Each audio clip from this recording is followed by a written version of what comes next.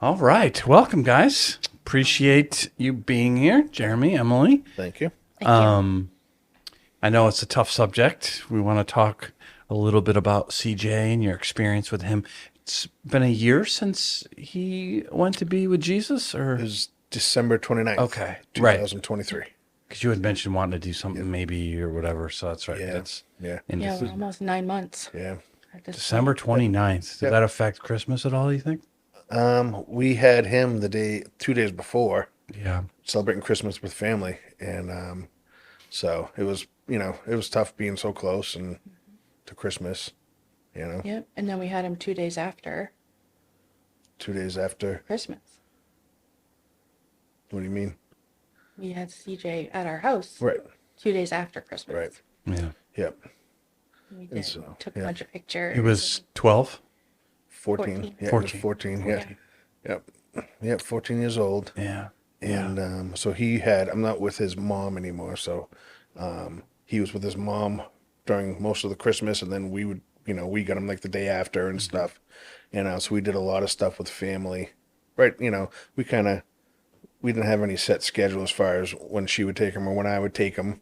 And so I got together with family this year. Usually we try to keep it real low key, with him. We'll do stuff at our house, presents and whatnot. And then this year we went over my aunt's and had my mom and my aunt, which was kind of a blessing because we didn't know that 3 days later he wouldn't be with us anymore. Right.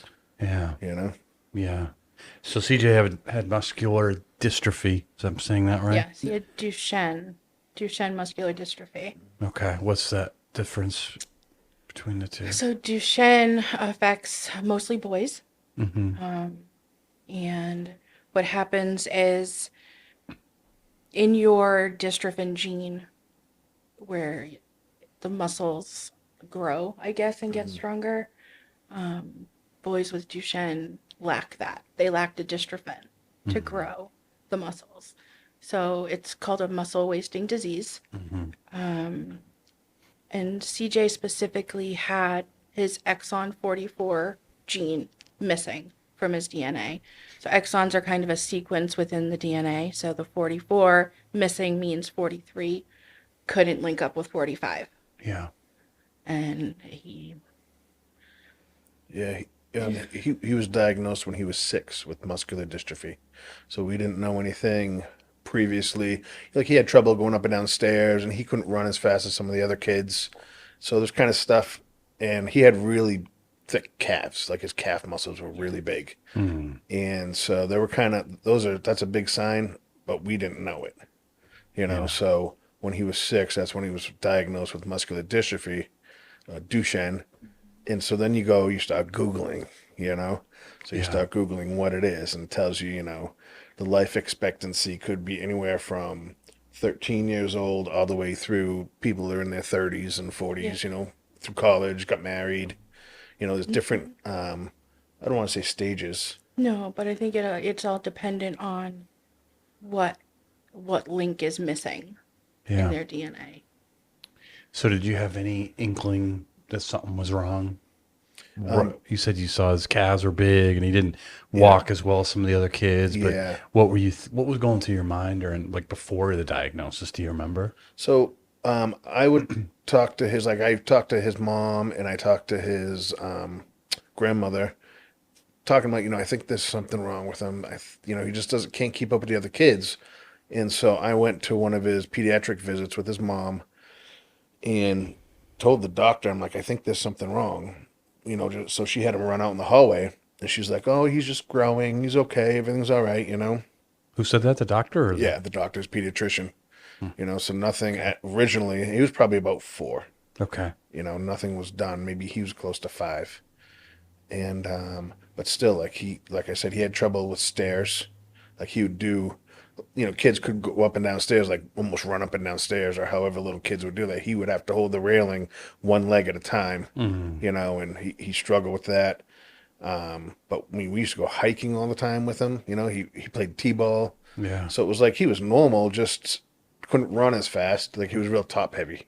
Yeah. Yes, he used to run barrel chested. Yeah. Right. It's just because his legs weren't as strong. Yeah. And then He was diagnosed, like I said, when he was 6 with Duchenne.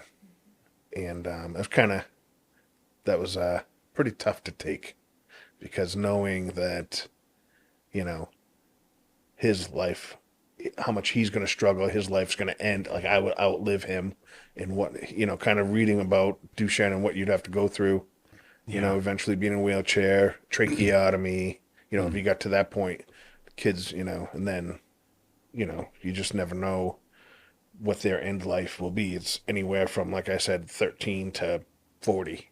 Were you at the doctor's appointment when that was diagnosed? I wasn't, no, I was working. So his mother let you know that, or? She called me up at my work. She asked, are you sitting down and stuff? I'm like, yep, because I wasn't sure what was going on. Mm-hmm. So then she told me, but I still didn't know exactly. I didn't know what it was. Yeah. So I said, okay, so then I which I kind of knew there was something, but I just didn't know what it was. Yeah. So, right then and there, I went to the computer, started Googling, and I called up my mom, told her, and so she's like, okay. So she, started Googling. So my mom called me back. The Google machine, right? So my mom calls me back. She's like, did you read about it? You know what? I'm like, yeah, I read it, and it talks about, everything that might, the being in a wheelchair, tracheotomy, all your muscles pretty much deteriorate out of his whole body, the heart, the lungs, So, then the life expectancy too, So it was pretty devastating news at that time. I was gonna say, what went through your mind? Do you remember what was? I just started bawling my eyes out, really. Yeah. I don't even remember exactly what I felt. Just sad for him, knowing what he might be having to go through. Yeah, of course. It wasn't anything ever like, woe was me, or God, why are you doing this to us, or anything. I never had any of those type of thoughts. Yeah. I wasn't mad or anything like that. It was How more come of do you like, think? I don't know. I'm not sure. Yeah, I'm not sure why. I think back to It'd be that 'cause- understandable if you were. yeah, and I think back, other people who would be in that situation would definitely be mad, or I mean, I was frustrated because why did it have to happen to CJ? Yeah. Why does he have this?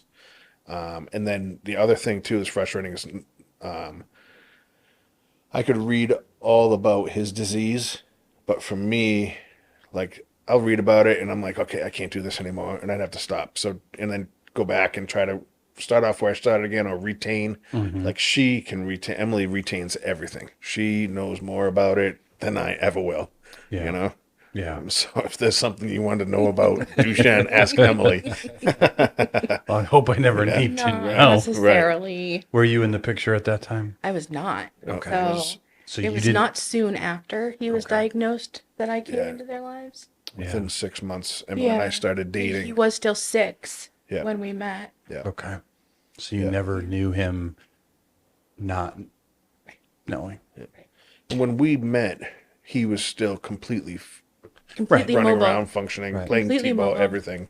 But you could tell that there was something. Yeah. He couldn't like crouch down or squat, or if he was sitting on the floor, Yeah. he would have to move over to the couch and use his hands Yeah. to push him up, because it's almost like he kept his legs straight and so- like stood up in a V kind of. It's almost like not having good thigh muscles to Right. get yourself up. Exactly. Gotcha. Yeah. So what would you say, Jeremy, your faith was like before finding out? Where were you at with God at that time? It's sometimes hard to picture Right. that. So, I grew up homeschooled, went to church as a kid, and then once I got into my 20s, it's not that I didn't distance myself. It's just I didn't attend church regularly. It's not that I never believed. I was always a believer. Yeah. I didn't attend church regularly, and so as far as when that diagnosis, I wasn't close to any church. I wasn't really involved with any church. Yeah. And so I think, yeah, that looking back right now, thinking about it, that was probably pretty tough to go through all that without a church compared to our most recent, coming and being Yes. a part of this church. Yeah. You Yeah. know? It's really great to have a church family around you. Big, yes. I mean, big you time. have a great family, so Yeah. that's huge. Yeah. Yeah. If you didn't have that, Right. man, Yeah. Yeah. then, Family is very and supportive. Emily coming to the picture to help you, Yeah. Yeah. What were your prayers like when you first, do you remember? Yeah. Just, always praying for a cure. You know what I mean? Because there's course. no cure for Duchenne. Yeah. Then just praying mostly for CJ just to I would say keep him strong, but he was going to, physically be weaker. But I would just always pray, keep CJ strong, like mentally tough, Yeah. and, And that one got answered. oh yeah, he was definitely. When did he's 6 years old. Did Yeah. you tell him right away, hey, you got this? Or you just No, kind of, no, we didn't. did you and his mother agree on that? I don't even think we Never had really talked talked about about. it, We just- did, yeah, we talked about. I'd ask her. Have you sent it? Talked to him? She's like, I didn't really talk to him much about it. And I said, yeah, neither have I. And I think we kind of kept it like that. Yeah. And I know, I never said anything. Him and I talked about, the difficulties. Yeah. But we never talked about actual Duchenne itself, Yep. as far as what the outcome would be. Okay. Like never. Him and I never. We just talked Not about, even as he got older. no. Okay. Yeah, we just talked about the present. Yeah. Yeah. And so- his limitations. right. But even that, it didn't faze him. Right. What do you mean? by that? He would just do things his way.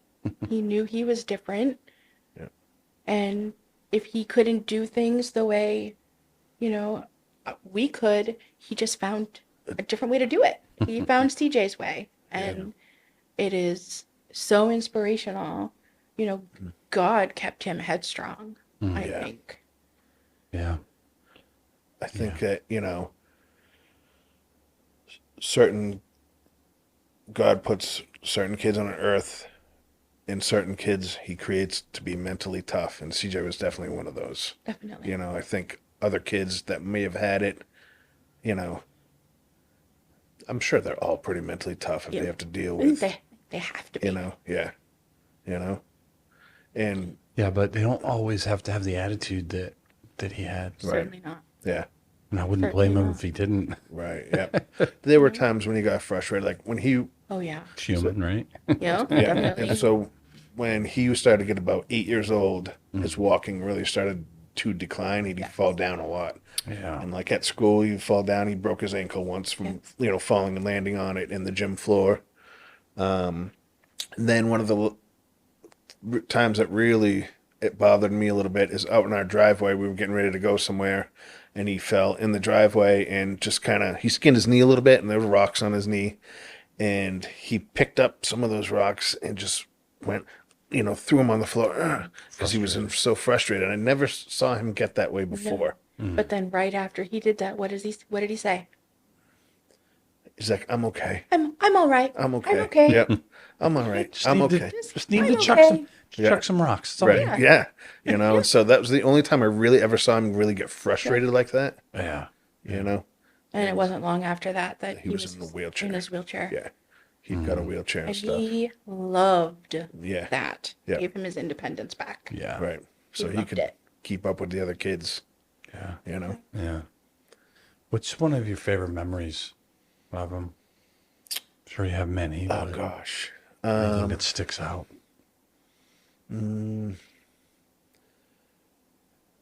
Just whenever he smiled.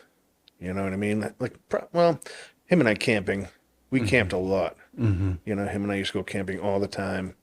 And just him and I, whether it was waking up in the camper and, if I'd go, or he'd come and lay in bed with me, or I'd go lay in bed with him or whatever and just talk. And giggle and tell Yeah, jokes. giggle, yeah. He would make fun of me sometimes around the campfire. Yes. You know? That was our bond. That was Yeah. that was Yeah. that was Yeah. our bond. Yeah. was making fun of Jeremy. Yeah. Yeah, we loved it. Yeah, just our little, we'd go on car rides and listen to music, and he'd tell me, "Oh, go left or go right or whichever way." Yeah. But yeah, Mm. so many, so Yeah. many. We did a lot together. He lived a very full life. Why do you think him smiling stands out for you? Just because, despite what he was going through, Mm. I'm sure in his mind Yeah. he was going through pain, Mm-hmm. and he'd always put a smile on, regardless. Yeah. And that was his kind of like thing of like, yeah, I'm okay. I'm. And he always give a thumbs up. Yep, always.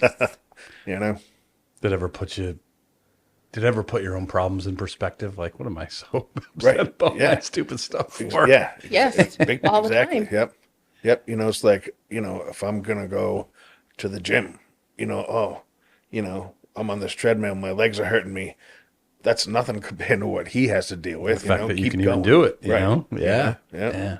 And the struggles that he had, the mental toughness that he had is way more mental toughness than I would ever have, So, Just so inspiring. yeah. Just to always do better. Yeah. Do you ever, like tangibly think about what it'll be like to see him in heaven? I think about that a lot. Daily, for me, anyway. Yeah. What does it And look like? he's up running around, laughing. He's free. That's what I always say.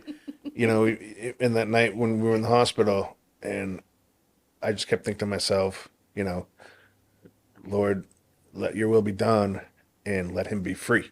Yeah. And so that's how I feel that, he's free. Yeah. So he's got no pains, no aches, no nothing, you know. You know what he's going to do to me the first time he sees me. Poke you? You know he's going to do this. Oh, yeah, yeah. So there's the wrestler, was it, who's the wrestler? John Cena, John I Cena, and he Cena, does the whole Yeah. dance. Yeah, Yeah. yeah. So our big joke with CJ, because For years. Emily tried it. Yes. She's like, but she ended up going like something like this. Did it the or whatever. wrong way. CJ caught on to that. So Yeah. every time CJ would be like, oh, it was pretty funny. Every time he would do it, Yeah. So, So that's what's going to happen. yeah. You'll see Emily, he'd be like, Yeah, that'll be. I mean, how do you think it would be to deal with a loss like that without faith? Like, this is it. I'll never see him again. Everything's over. not knowing that Yeah, just- there is heaven, not knowing Yeah. that he, if I was an outsider and, all is that that person's buried in the ground right there. That's all you know. You don't know about the, Yeah. the The heaven. afterlife, the heaven and everything. You know what I mean? Yeah. That to me could be probably wicked depressing. I would say so. Very, and it's got to be, I don't know how I would, Dark. yeah, very dark. You think about why people may get into alcohol abuse or drug abuse or any of that type of stuff, and that would be probably a huge reason, No, there's no faith. They just want to escape. right? Yeah. We want Why to wouldn't escape you? it. Right. Yeah. Because if that's what this world offers, it's, Yeah.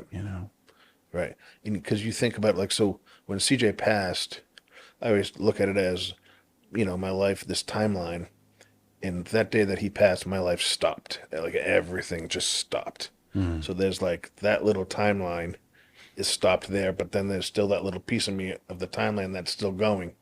And I don't want to use the words that little piece of the timeline has moved on, because I'll never move on. of course not. You No. know, you just, and like it's a lot of people say it, but you just learn to live without that person there. You know, It's like a hole. right?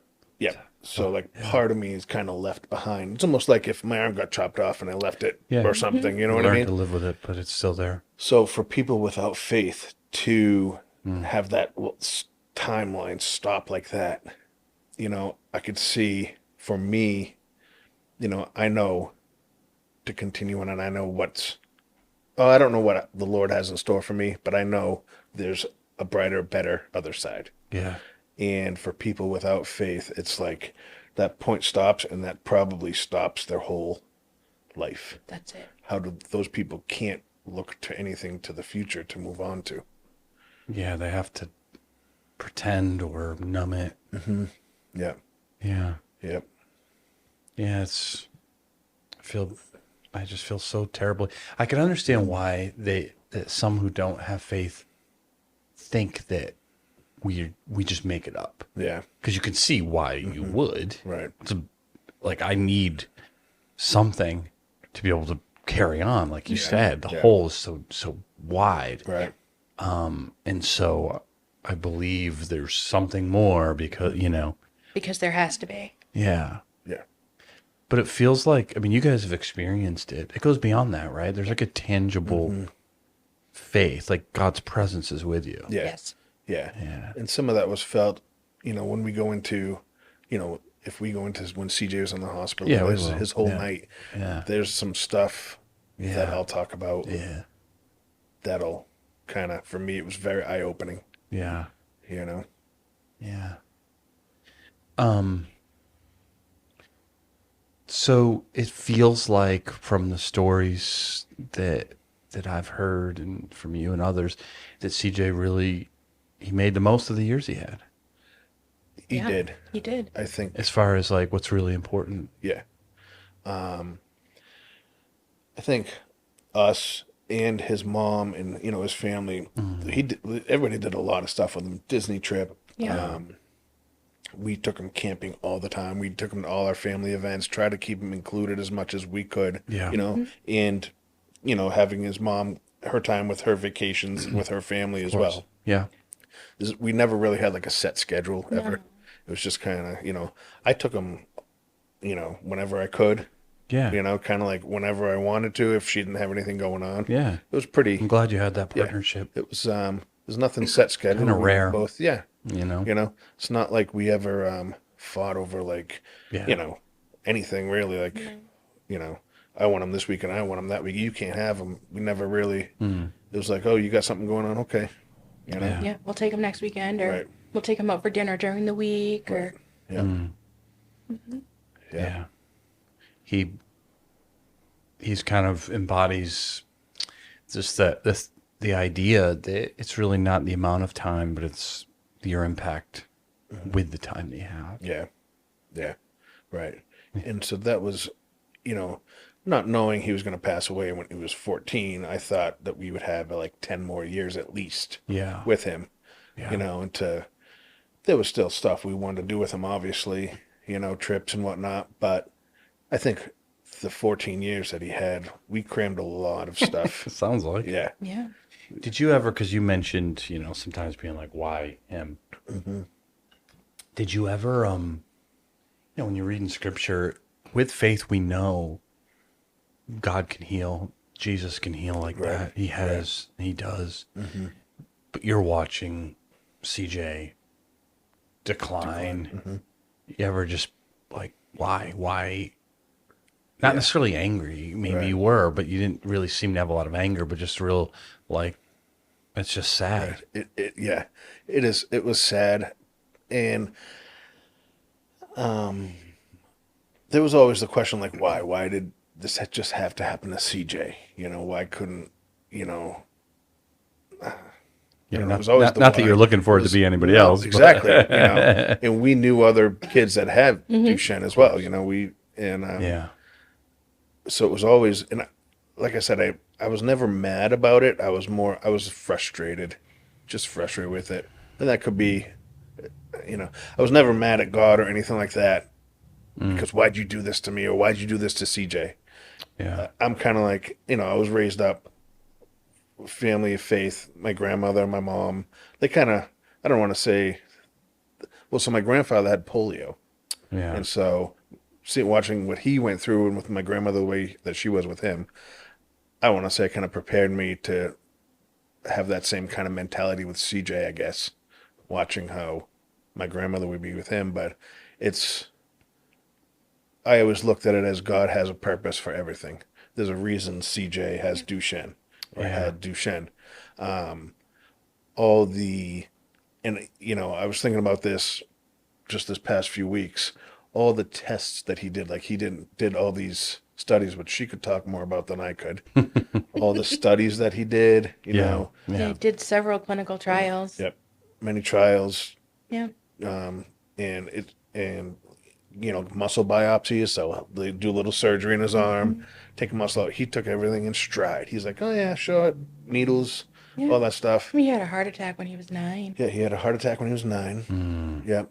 Wow. And that he actually fully recovered. The muscle around the heart, the tissue around the heart fully recovered, which usually doesn't happen with Duchenne because it's a muscle wasting disease, Yeah. And so for him to recover from that was, doesn't happen, Doesn't happen. So that in that itself was a miracle, Yeah, that's a great perspective.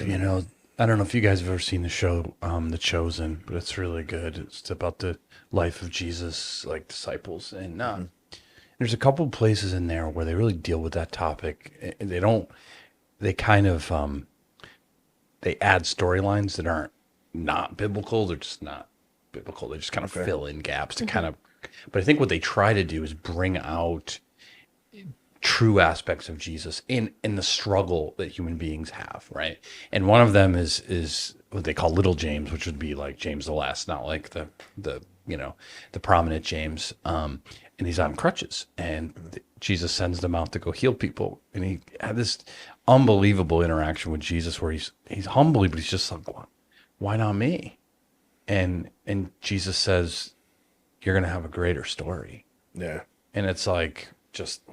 Right. And there's another one where there's a death of someone, one of the guy's fiance, Thomas actually, and Jesus is there when she dies, and then he sees him raise Lazarus, and he's just like, "What the heck?" Right. Not his words, mine. Right. And the idea is, why that person, but not the person I love? Yeah. And then Jesus' ultimate statement is, "You gotta trust me." Yep. Yeah. That's hard though. And that's where the faith comes in. Yeah. Faith to trust the Lord. And Right. as hard as reality is, Yeah. you gotta That trust there him. is a greater story and There's something better. greater lesson Yes. than even if he had been healed. Right. And so that's what I think, like I was saying, all the trials. Yeah. For me, and CJ knew this too, he was helping the future, kids with Duchenne, and so that's, Yeah, you don't know. You don't know. Like it could be you'll never something know. from him that Yeah. could cure it. Who knows? All his numbers are somewhere. All his numbers are somewhere helping out someone else, Yeah. Mm. And so He like, was supposed to start a trial Oh, in really? January, yeah, specific to his type of Duchenne. Mm. And he was the top candidate. right. He was right in Worcester at UMass. And he, Yep. So how many trials did he do? Do you remember? I want to say 3. 3 different trials. Yeah. Yeah. Yeah. Injections. Right. Did they have side effects that you remember? I don't remember any. Remember one he couldn't have steak. He couldn't have Yeah. the it was char from the grill from the grill, or chocolate. like charcoal He couldn't from have the grill. chocolate. So we'd have to cook the steak inside. Yeah. And you don't mess with CJ's steak. No, he was a big steak. He loved his steak. Did he? Oh yeah. Yeah. Go to a restaurant and he'd order the big steak. And he Yep. would eat Never it. a cheap Eat kid. it. He would eat it. No, he's like, yeah, I'll have the steak and mashed potatoes. Yep. Before Man he had after teeth. my own heart, I tell Yeah, ya. even before he had teeth, he would take every steak off their plate and eat it instead of his own food. Yeah. Yep. Yeah. My kids were always like that. They weren't like eating off the kiddie meal ever or whatever they Right. call it, the children's menu. Yep. I don't want the mac and cheese. I want a filet. Like, Yeah. oh, jeez. Yep. I'll get a job then. Yep. Yeah. Yep. No, he would eat it though, so you didn't feel bad getting it for him. 'Cause No. he would eat Yeah. the whole thing. Absolutely. Yeah. Especially someone like CJ who's Yeah. deserves Yeah. the blessing of food, when he Yeah. has so many other things he is challenged with, Right. Right. Yep. Yeah. But we never really actually knew if he was getting the trial or the placebo. Oh, I hate It was that. just the restrictions, Yeah. regardless of what he was getting. I mean, he could have been getting sterile water in the injection. We don't know. I guess they have to do that for some reason, but I don't really understand. Yeah. Why. Okay. Double blind, right? Yeah. Double blind clinical trials. Yeah. Yeah. And some of the stuff he was on, like he was on steroids and stuff. Mm-hmm. And he was on, you could talk about that. The A lot of the steroids. different stuff that he was on, his pills and Oh, medicine. goodness, so many pills, lots of vitamins, heart meds, blood pressure. Oh, wow. I mean, he took probably 10 pills in the morning. Wow. Yeah. Bone density pills, Well, right? yeah, he had osteoporosis, so he was on the bone pills. Do you ever remember CJ asking from his perspective, like, why do I got to deal with this? Like, why am I different? Why? He never, I don't No, remember he him never. ever asking. No, this is He just, never- I yeah. remember taking pictures of him just when he was like looking off into space. And you wonder, what is he thinking? Right. What's he looking at? Yeah. You know, and we talk about going on Google. I'm sure he did the same thing. Yeah. True. As he I'm got older. sure. Right. Yeah. I'm sure he Once did. He was a big gamer. Oh yeah, Yeah. huge big, gamer. Big gamer. Knew Yep. his computers. That was kind of his recess, you know? He couldn't really get out and, No, play with the other kids. he was so social. I Yeah. mean, Yeah. England. He had kids from friends England. He was visits. friends from England. He was playing on the games with. Yeah. And they would talk every day, Yeah. all Yeah. over the place. Yeah. And it was just, you wish that, I always wished, I was never a gamer. Yeah. So I didn't understand the whole gaming thing, you know what I mean? Yeah. And I Even if was- you were a gamer, you wouldn't. It's changed too much. You know? Yeah.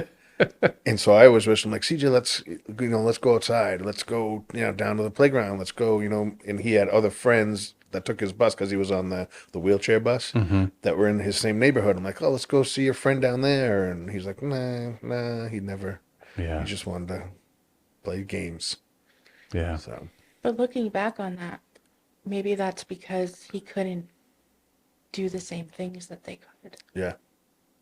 Right.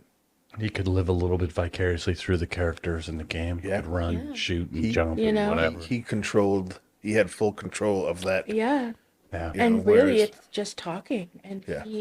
along with, playing the game, but, Right. Yeah. No, Yeah, and it is much more social now. yeah. yeah. Now that you're online playing with people from England. Yeah. Right. Right. What was his relationship like with his peers? Like, not necessarily the ones in a wheelchair, but at school. He didn't talk He didn't- about them. No, him and I would go for rides. We'd go for rides in the car, and we'd always ask him, like, "Oh, how's school?" He's like, It's good. it's okay." I'm like, "Oh, do you sit with your friends at the lunch table?" Nah, Yeah. not really. And then we're like, "Oh, so finally you're dragging people out." He's like, "Oh yeah." So he thought it was funny because all his kids at his lunch table are Jaden, Aiden, Caden, They all Hayden. rhyme. Yeah, and I'm like, "Oh," and then it's just CJ. He's like, "Yeah," so all of them kind of all rhymed.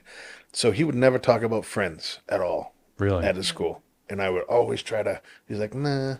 And then when we had his services, his His week. wake, Yeah. you wouldn't believe the amount of The kids, amount of kids that were Really? there. Yeah. Oh, girls, his age, everything. I was like, wow, CJ. A lot of girlfriends. Yeah. I he was like, never talked wow. about them. Nope, never. How you doing? Okay. What kinds of things did they say? I mean, they're kids, so I can't imagine. Yeah, they were. Their parents, it was- maybe. I'm sure it was awkward for them coming through the Yeah. line. Yeah. And it was tough to, now I was not myself. No. I was kind of still numb. Oh, were you? Yeah, right. I was pretty numb still, and like I tell her, I was kind of like a zombie that whole time. Like people I remember seeing, and I don't remember what I said to the people, Yeah. And if I could go back to his, I would say something to them, as comforting to comfort them. Yeah. You know what I mean? And Yeah. a lot of the people I didn't know if they were friends because they didn't say. Right. Like, I said, oh, I'm CJ's dad. And they say, I'm so sorry. And then you go on, Well, Like think about it. autopilot. Yeah. That's got to be really hard to Right. walk through a line when you got your own kid. Yeah. Granted, doesn't have Duchenne's, but Yeah. still, Yeah. same age, same Right. grade. Mm-hmm. Exactly. Right. You know, I'm trying to comfort a dad. Like, yeah, I wouldn't be comfort. You know, you're thinking all those things. You're Right. just Right. like, what do I do? We got to walk through this. We got to do it. But right. Don't want to. And for them, you know, it's awkward because like that kid, like CJ's friends, their parents don't know any of us, or Right. that kid doesn't know any of us. So, you know, Right, they it only might- know CJ, which is not there to introduce all of us. You know what I mean? I know. So it's definitely tough for them in a tough situation, which Mm-hmm. I understood. You know, Yeah. so. But it would be nice to go back and see his classmates and just say hi to him. Just say, hey, you know, I'm CJ's dad. Thanks so much. Yeah. Yeah. Thank you so much. And tell me some stories, you know? Right? Mm. What did he do in school? What was he like in school? You know? They'd probably be just like him and be like, man. You know? Yeah. He was there. He was You there. know. Yeah. He didn't rhyme. His name didn't rhyme with ours. so Exactly. Right. You know? Tough to do. Yeah. And that was one of the toughest things was just pulling you stuff couldn't out of get him to anything try out to of get him him. to tell us, you know, what'd you do at school? How was this? How was that? You know? He made high honors. He did.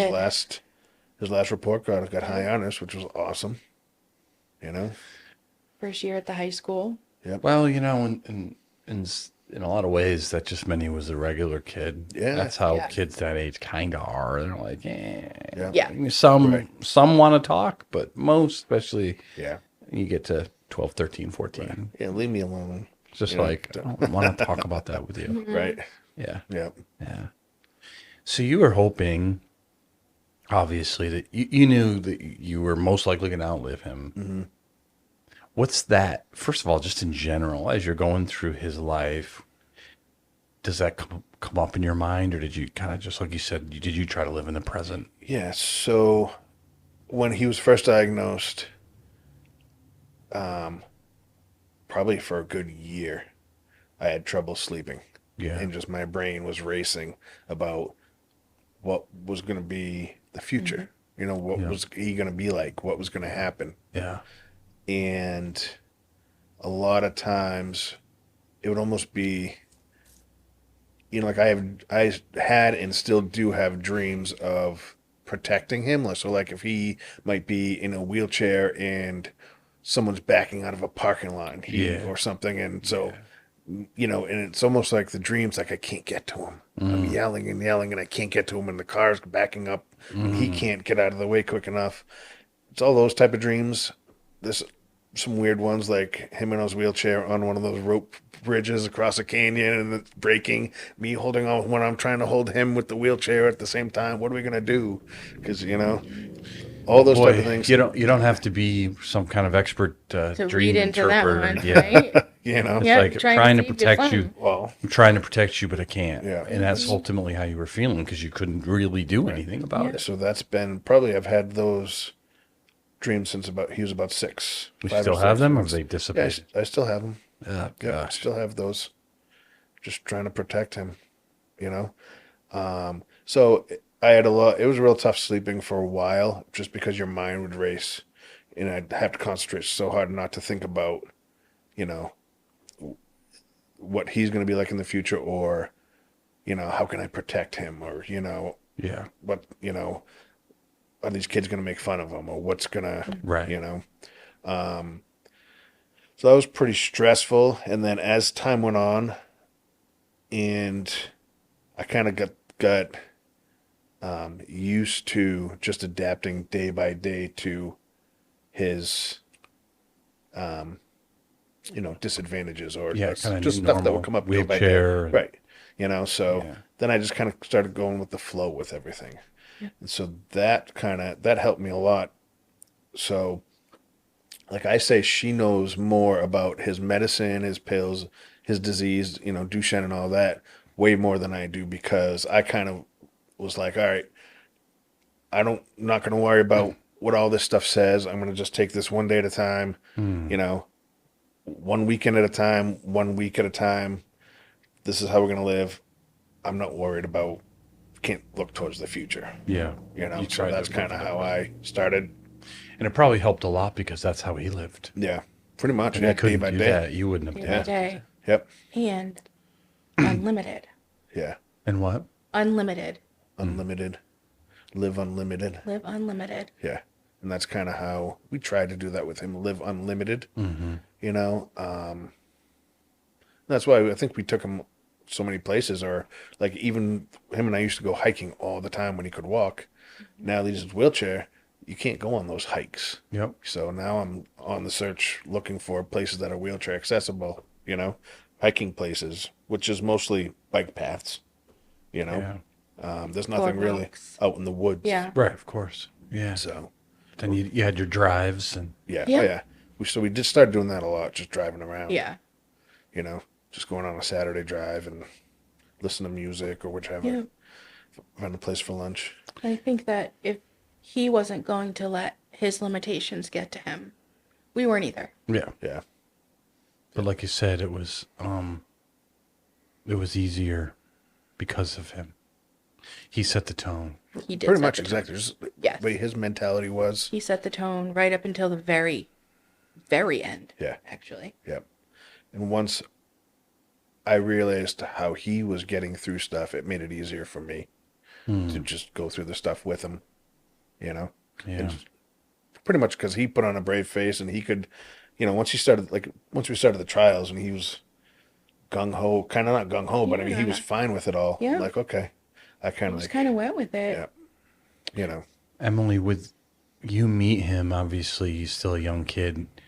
What was the process like for you as you're on the outside, you start dating, meet him, you know what he has, and then you're getting to know him. What was that like for you? As far as Duchenne goes, it didn't. I went by Jeremy, honestly. You know, CJ was fully mobile, and you know, Jeremy is a helicopter parent, so I tried to be not so strict, and I tried to be The good guy. more of a friend. Yeah. Yeah.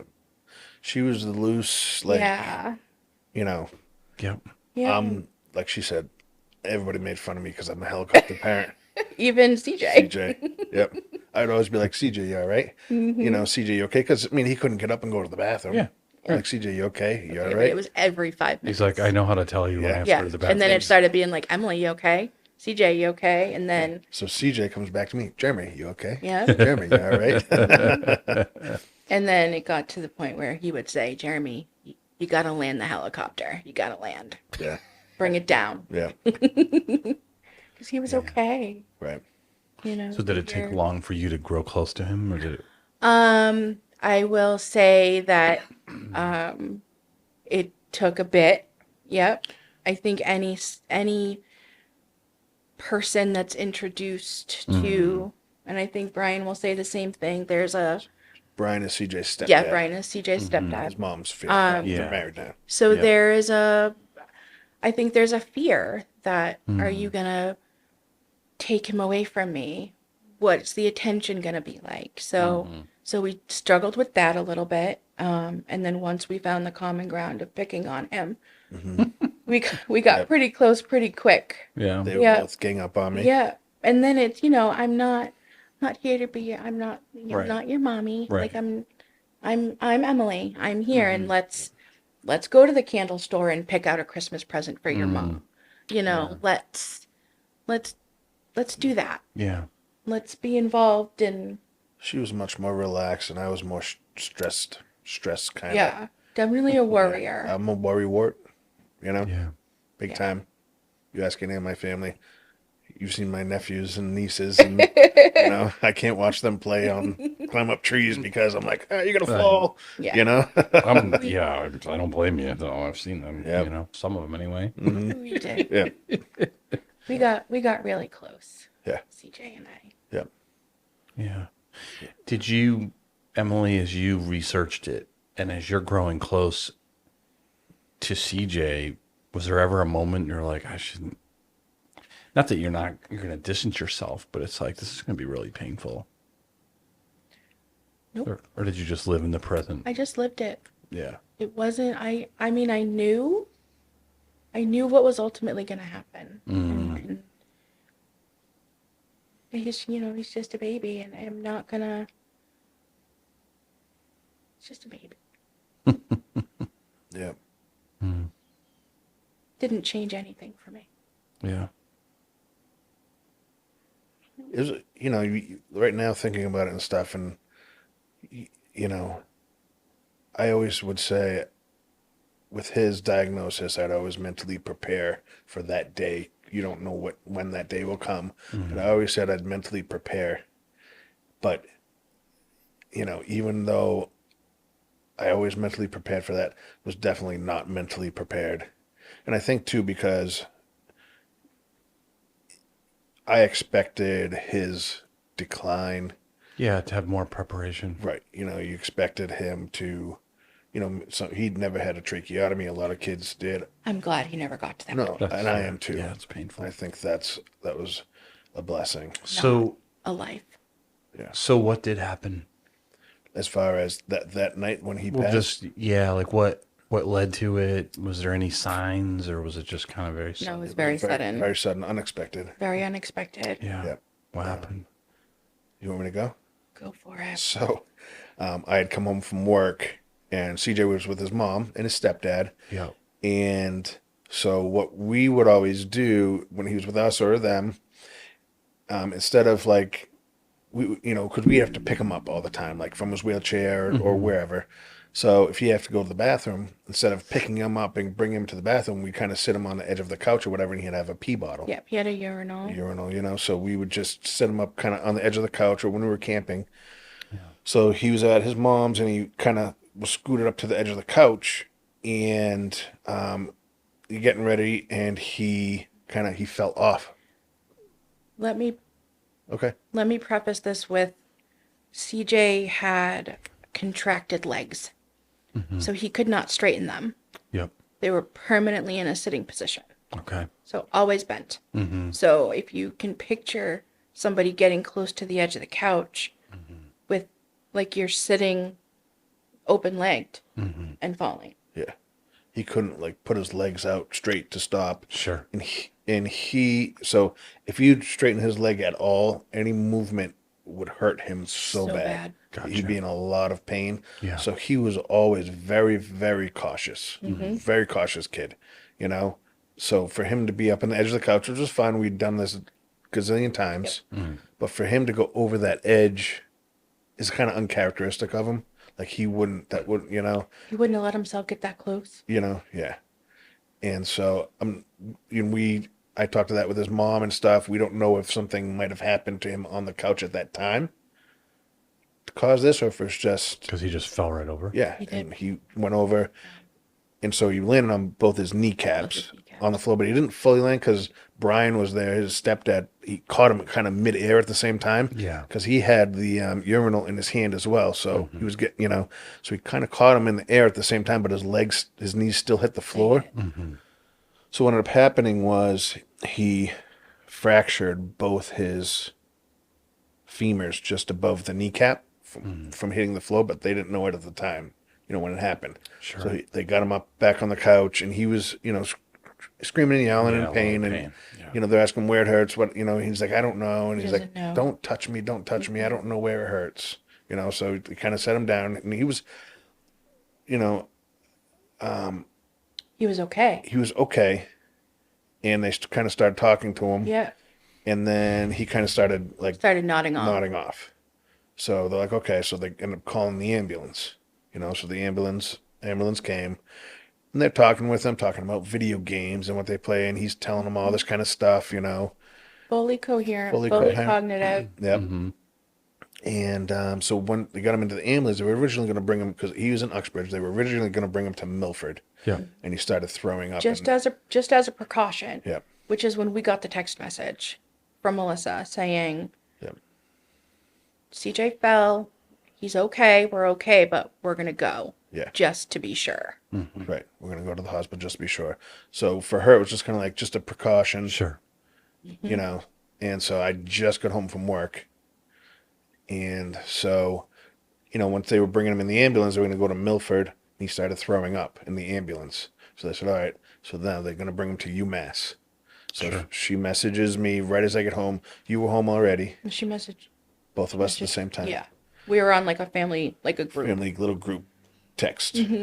And so I told Emily, I'm like, all right, I'm like, I know she said it. I'm, Yeah. like, I'm going anyways. It doesn't I was matter. like, just you go. I'm like, Just go. I'm going, Yeah. even though she said, it's all right. You don't have to, I'm like, I'm going anyways. Helicopter dad Yeah. Yeah. lifts into the air. Right. Yep. And I was in the hospital that day. I had just gotten, I had like pneumonia or Right. I was sick, so I didn't go. Yeah. And so Emily stayed home. I went, it's probably like 4:30ish. Yeah. And I got to the hospital probably like 5 minutes after he had gotten in there. And so his mom was there. So on the way to the hospital, he really started to decline. And by the time I got to the hospital, his eyes, he was kind of rolling his eyes like he was way out of it. Couldn't speak at all anymore. And so when I got there and I immediately went in, like, grabbed his hand. There was doctors and everybody all around. Grabbed his hand and stuff and started talking to him. And like, he'd kind of opened up his eyes, but he was very glazed and like couldn't focus on anything. So I was talking with him and stuff, and telling him I was there. So I asked him if he could squeeze my hand, which he was able to squeeze my hand. So that was good. I knew that he knew I was there. Yeah. Even though he couldn't talk. So the doctors and everybody were kind of trying to figure out what to do with him. And this is before, like, they didn't know any about the broken bones. They didn't know anything at all, No. So then he's texting me, it's not good. Yeah, I said, it's not good. It's not We didn't know too much at that point. I'm just saying how CJ was. Just didn't. Sending me pictures of his blood pressure and Right. his heart rate Yeah. and all of that. She's, I'm sitting on a couch at home worried yeah. now. Now he's saying it's not good. He's got my car Yeah. that has my glasses in it. So how am I going to get She to the can't hospital? drive without her glasses and How am I stuff. going to get there? Now it's dark. Yeah. Right. And So I Ubered. she Ubered to the hospital. I Yeah. Ubered. Well, that was smart. Like, I mean, I needed to get there. Yeah. And I remember being so mad at the Uber driver because she stopped at McDonald's before she came and got me. before. And the car just stunk like French fries. Yeah.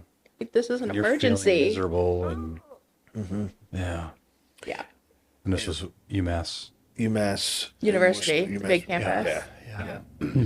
And so while he was in, the doctors, like, he would start kind of throwing up. So I remember just the doctors are all around him, but they're not really paying attention to him. So he's starting to throw up. And I'm kind of looking around, but he's kind of laying back. So it's not, and I'm like, he's going to choke. So I lean him forward, and he starts really throwing up and kind of grunting. He was really grunting and growling, kind of like, and his teeth were clenched. He was probably in a lot of pain. And that's exactly what I thought. And each time we moved him, he really. So I said to the doctor, well, I was asking his mom, like, exactly how he felt, like, exactly what happened, to see if there was, like, hip. I was thinking hips. Yeah. Maybe he hurt his hips or even spine with the jolt. Yeah. Yeah.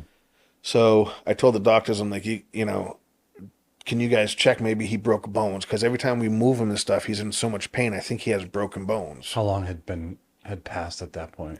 Oof, I don't know. I He say, fell at 3. in my mind, I say 2 hours, but it's probably 15 minutes. You know what I mean? Yeah. And, probably within the half an hour that I was there, Did they have him like in his own room? yeah, it was kind of, it was in the emergency Right. room. So he had his own room, but it was narrow. Yeah. It was, Yeah. 8 by 10 or something, or 8 by 12. Yeah. He had people on both sides, and then me kind of sitting in a chair next to him, holding his hand, and his mom was outside, looking in. And so they finally did the x-ray. That's when they found out he had the 2 fractures just above the knee. And so then that's when the point that they decided to sedate him. Yep. Yeah, so they sedated him. Plus his heart rate was 170. 170. Yeah, his heart rate was very high. Yeah. And that was from the pain, Yeah. And so, the doctors and stuff, they don't know really what's going on with him because they don't know much about Duchenne. Right. You know what I mean? So Yeah. his mom was getting so mad at the doctor because she was saying all this stuff about, and she kind of knew exactly what was going on because she had read stuff with other kids. This stuff had happened with them, and the doctor wasn't even listening to her. You know. What did she feel like was going on? So once we found out about the breaks, and she immediately thought of fat embolisms. Mm-hmm. And so she told him about fat embolisms, Yeah. which is, do you want to go and describe this? Sure. So when you break a bone, your bone marrow has fat in it, and it comes out and it goes into your bloodstream. In a normal person, we can break them up. Yeah. Duchenne boys cannot, so they just kind of clot. So just blood clots, but fat. Yeah. And so that's what his mom immediately thought. And she's trying to tell the doctors this stuff, but they have kind of they're doing their own stuff, Yeah. tests and whatnot, you know. So, and that was one of the reasons why his heart rate was so high, is trying to He's trying to pump the embolisms, push him out. flush them out. And Yeah. so I'm sure that it's almost like a blood clot kind of thing, you know. Yeah. Probably went to his brain, you know, so that's why. Yeah. And they called it at the end, it was a fat embolism shower. So he's got 2 broken bones, and they just filled his whole body Yeah. with fat. And so once he has his Duchenne doctor, the one he goes to all the time, there's a Duchenne specialist in Worcester, Dr. Wong, and she's the best in the whole country. Praise God. You know, and exactly. Yes. So we were very fortunate. And she came down and talked with us a little bit and said, you know, fat embolism, it's common with a break. And she said a lot of times the body, they'll work through it. Yep, they'll clear it out. You know, clear it out. So, you know, we had hope. Yes.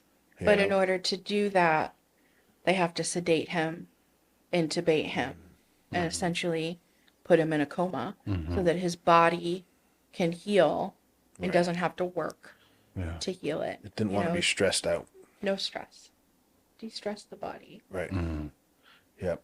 And so they took him away and did tests. You know, once they sedated him and stuff, took him, did a test and all that. So Emily showed up. He was already intubated when I showed up, Yep. and I went in, And then, held his hand, and Reeking of talked to him. McDonald's. Reeking of McDonald's. Yeah. right. And then Alyssa's fiance, Brian, he showed up as well. So we were all there kind of just like talking and stuff. Not even thinking really okay, not, you know, Right. Yeah. not even thinking the worst at all. No. Right. You know, No. okay, you know, we'll get through this. Yeah. You know, we got through his heart attack. He had his heart Yeah. attack, and we were like, okay, we'll Yep. get through this. Yeah. This is what's supposed to happen. Right. He's in the best care possible. His doctors are here. You know, they admitted him. They brought him up to ICU. And his Dr. Wong came in again. Orthopedics came in and wrapped his legs. They didn't want to cast him. So they wrapped him. So what we ended up, so he went up to the ICU. Once he was up there, and like you said, people were coming in and out, like trying this or do this, you know, and some of the nurses and stuff didn't know, like his legs were contracted. They didn't know, so they tried. And he's sedated, he can't feel it, but Mr. Helicopter Parent here. Yeah. Yeah, So we were all exactly. like, no, Yeah, don't like, do oh that. my God. I think all 4 of us. I were had, like, I had to apologize to her. I'm like, I'm sorry, but you know, just because I've dealt with that for so long with him, Yeah. like people coming over, you know, touching his leg or something happening. I'm like, oh, you can't do that. You can't do that. You know, Right. or you know, don't touch his wheelchair or something. You know, Yeah. Yeah. and so that's my immediate reaction. So I had to apologize to the nurse. She was awesome. She was very nice. That whole team was amazing. Yeah, The whole and team at UMass. they, like she said, instead of casting his legs, we did a wrap. So I ended up holding one of his legs up while the guy wrapped it and stuff. And it just made me feel better doing that. That was kind of helping out because I felt, we all felt so helpless, We're just standing there you know? watching this poor little boy. Right. Yeah. It's a helpless feeling. Very, Yep. very. And so when he was, we'll backtrack a little bit, when he was, you know, puking, and before we found out about, you know, the breaks in his legs, and while he was still downstairs, you know, getting sedated and stuff, you know, I immediately started praying. And even though we didn't know what the end result was going to be, I immediately started, I'm like, Lord, this is in your hands, you know. And I was praying to heal him or have no pain, you know what I mean? Like, but I'm like, it's in your hands, Yeah. let your will be done. Not that I wanted CJ to pass away at all, No. but me understanding that it's out of my hands, it's in the Lord's hands, you know what I mean?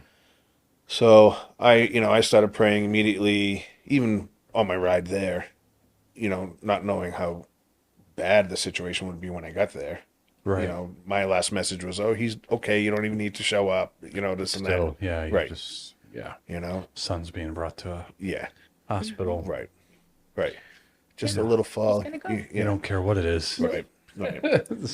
No. So I immediately, and for me, that was comforting, knowing, like you said before, my faith, knowing that no matter what the outcome is, obviously, Do you remember when you were praying how that felt? Was there any kind of it felt like I just wanted, when I was praying, I just wanted God to tell me right then and there what was actually going to happen. yeah. Yeah, just let us know. I was kind of like, not so much losing patience, but just like, okay, what's this outcome going to be? Are we going to bring him home and he's never going to be able to Right. come outside or come and hang out with us or do anything anymore? What's his life going to be like? Is he going to fully recover and, everything will be fine? I never even really had it on my brain that he would pass away that night. Yeah. I thought it would be either he'll come home, he'll fully recover, or he might have, there might be more difficulties on him. Like, maybe he's, can't go to school anymore, or can't really Yeah. go out of the house. He might, you know what I mean? That type of stuff. Yeah. So I never expected him to pass away, you know? So once he was sedated and he went upstairs, sorry, my okay. hands are sweaty. Okay. Once he went upstairs, it got to be probably like, this is now probably like 11:30 or midnight, and he's up in the intensive care unit. And so this is after some of his tests, he's up in the intensive care unit. We sit with him, we're there. And It was a couple hours. Yeah. And so we're talking with his mom and stepdad, and we're like, okay, so they're like, all right, you guys go home. We'll stay here tonight. And then Emily and I will come back in the morning. We're going to bring them some breakfast and food, and then, give them a break. Yeah. And they can go, if they, grab clothes at home or whatever, kind of take little breaks Yeah. and shifts. So we left at midnight from the hospital. CJ sedated.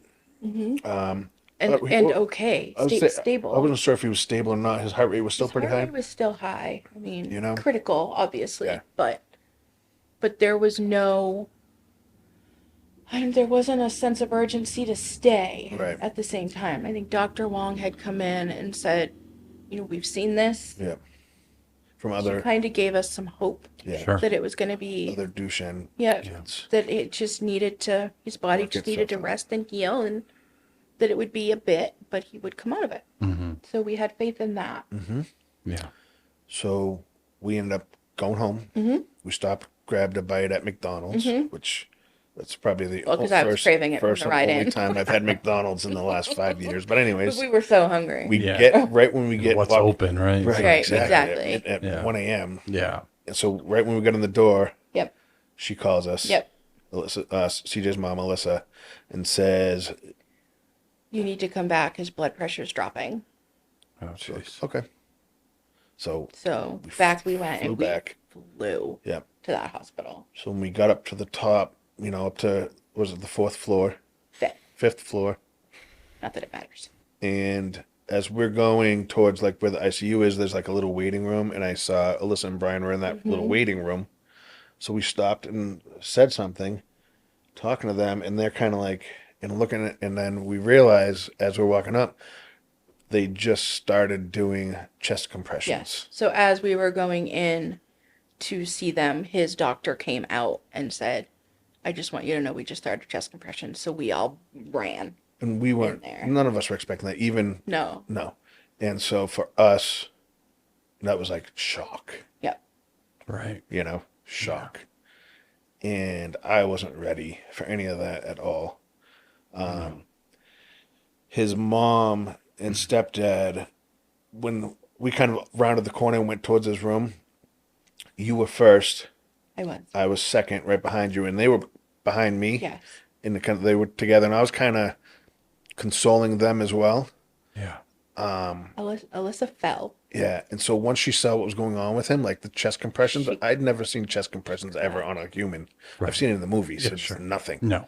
To see that, and she immediately fell and kind of collapsed, and which is like I totally so. get it. I Yeah. turned, Brian's consoling her. I turned towards them and made sure that they were okay, and I kind of went back up into the room. She was already in the room with him while they're doing the chest compressions, and I kind of stood at the door, looked and watched for me it felt like 5 minutes, but it was probably 15 seconds. And I kind of looked around and I told her, I'm like, I can't do this, I can't watch this. Yeah. So she ended up staying in the room the whole entire time while they're doing chest compressions.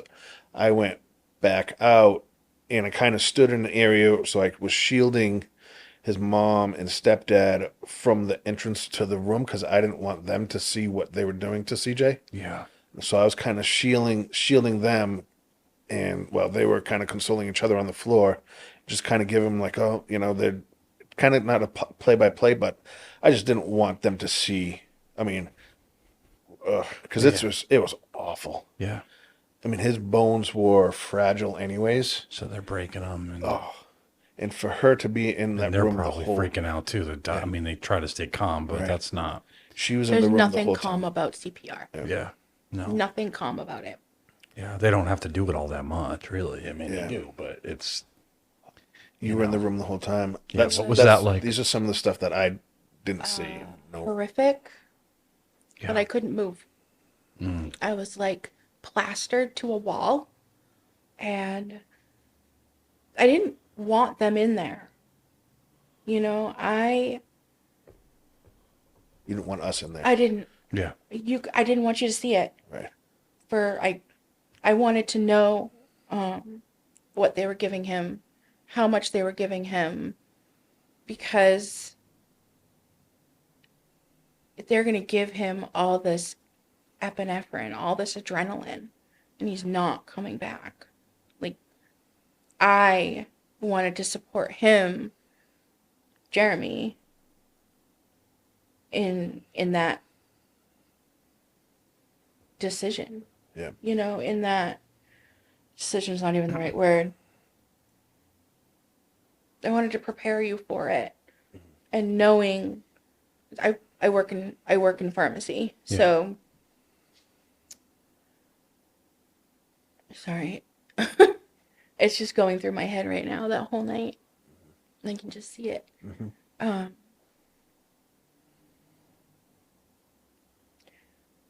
It was a lot. It was a lot, and it is. But I couldn't leave, and I don't know. I think she wanted to be there for CJ and stay with him. Somebody needed to be in that room with him. He could not be alone with strangers. He needed to feel love, and he needed to know we were there. Yeah. And, give her so much credit for being in that room, staying with him. Yeah. I couldn't do it. I couldn't watch. When I first saw that, my initial thought was to yell at them to stop because they're hurting him, Right. But Right. you It's like when they can't. pull the legs, it's the same thing. Yeah. You can't because they're trying to save his They're trying life to at the save same him. time. But they're hurting him just watching what they're doing to his body as they're doing chest compressions, And so I'm kind of like, at that point, I'm, getting frustrated, mad, like they're hurting him. Now he's, really, when he comes out of this, he's really not going to be the same after this. They did chest compressions for 15 minutes. 15 minutes? They did chest compressions for 15 minutes. And then they had a student doctor in there who had, they had so many people in there, and each person had a job to do. And everything that was done, everything that was given was written down. So there was a note taker too. And every person, wherever you feel like when you go to the doctor and they feel your pulse on your ankle, there was a person there. They had somebody with their fingers here to check for a pulse. And that student doctor felt a pulse. She said, I got a pulse. And everybody stopped. And then she said, no, I don't. Oh, jeez. And my heart went, Yeah. and I just remember that feeling. And then Dr. Bateman said, let's get an ultrasound. So they brought in the ultrasound machine and they did an ultrasound of his heart. And there was blood flow. Little bit of blood flow. And he came back. After 15 minutes of doing that, Came back. After 15 minutes, he came back. And he just resumed that status quo where he was with the sky high heart rate, low blood pressure. And we were, when that happened and they settled him in, the four of us went back out into that little room. And Dr. Gosh, Bateman, what was that like? I mean, Because you guys had already collapsed. we're all just, I think, Drained. drained. We all just kind of stared at each Did you have other. hope again? And then it's like, The kid was a fighter. oh man, You know? such a fighter. Yeah. And if he was going to go out, he was going out on his terms. Yeah. Right till the very end, he set the tone. Yeah.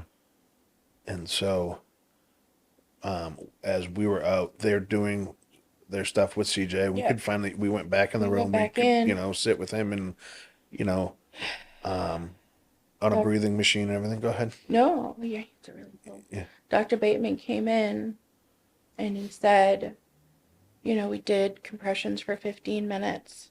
Yes, we got him back. This will probably happen again. We don't know the condition of his heart right now. If he does come back, will he be the same? 15 minutes of nothing, Yeah. as far as brain damage and all of that. And he said, we've done everything we can here at UMass. The only other thing we can do is send him to Boston, transport him to Boston, where they have an ECMO machine. And an ECMO machine, instead of being in life support where it breathes for you, the ECMO machine actually beats the heart Yeah. for you. It puts you on 100% life support so that your body can really do nothing and just rest. So he came in and said, she just said, this is pretty much the max that we can do Yeah. here. Your next option is to life flight him to Boston. Mm-hmm. So we all talked about it and we agreed, we're going to keep fighting for him because he has been fighting. He's so much. fighting to live, so we're going to fight for him. Yeah. So going back to when you were in the room during the compressions, not that you want to go back to that. Sorry. But I always wonder about that. It's like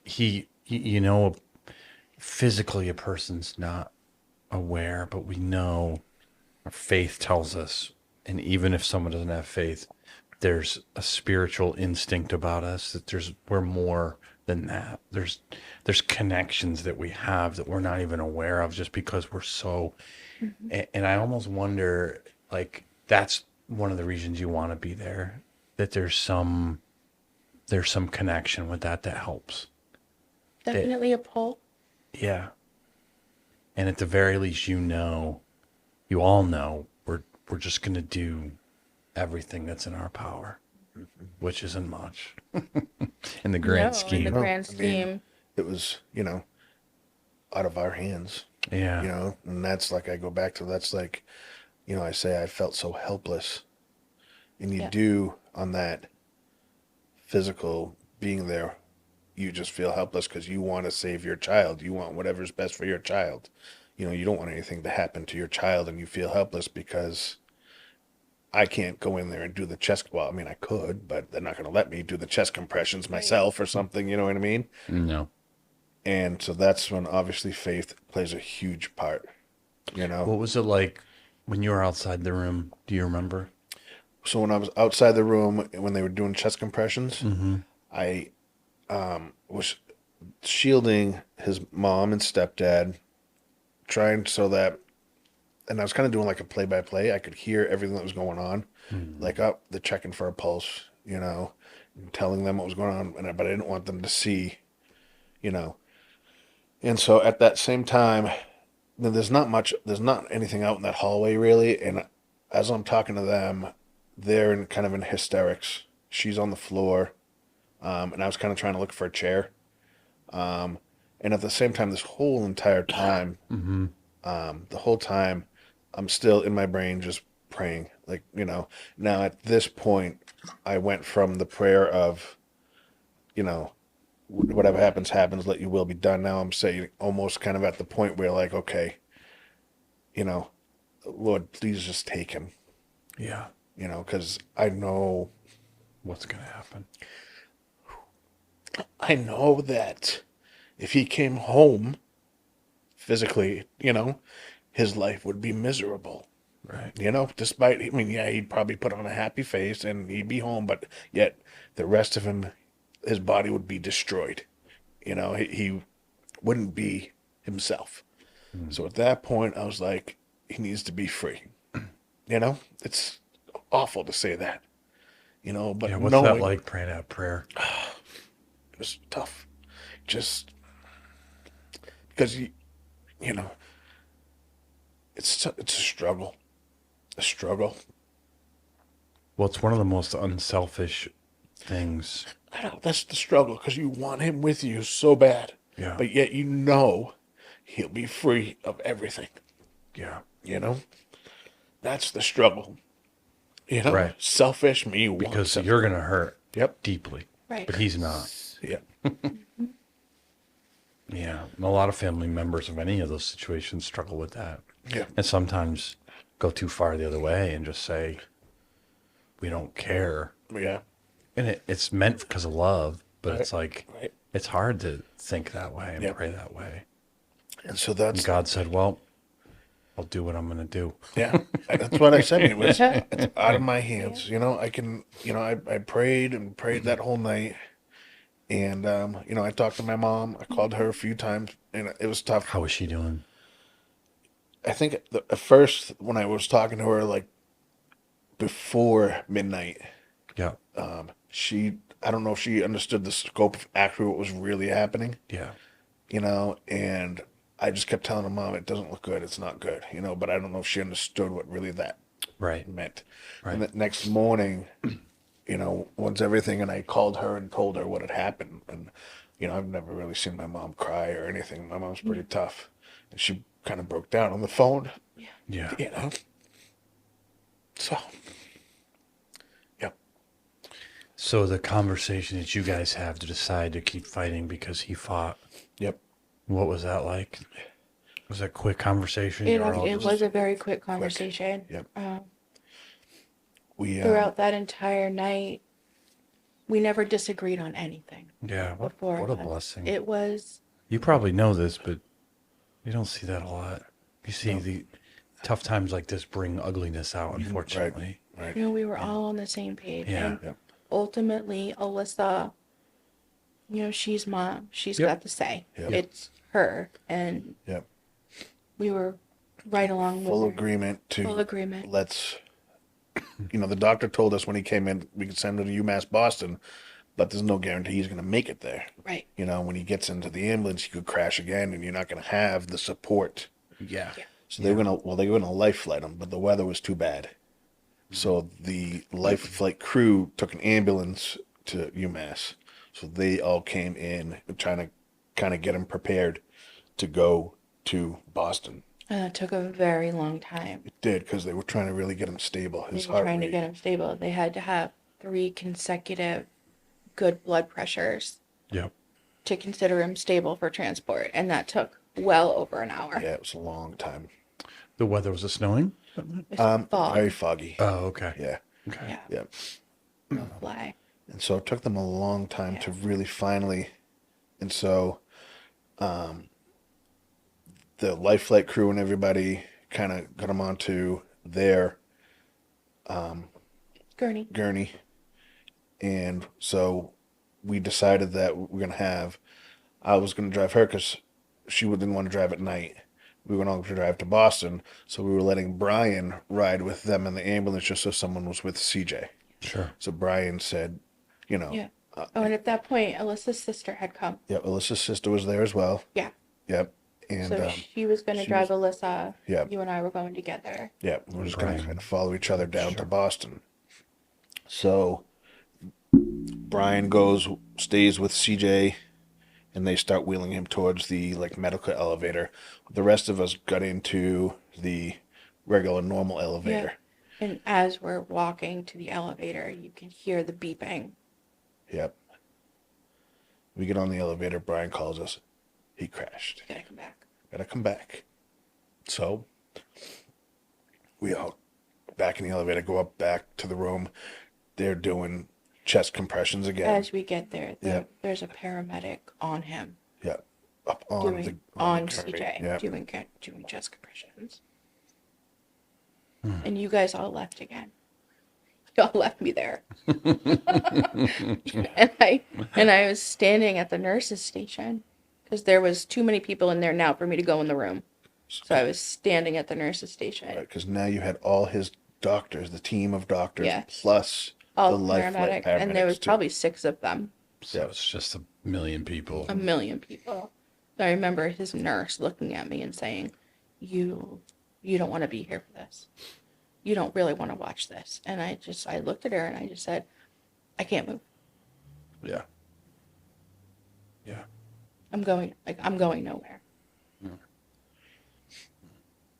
So they did chest compressions for another 20 minutes. Yep. And then the doctor came over and said,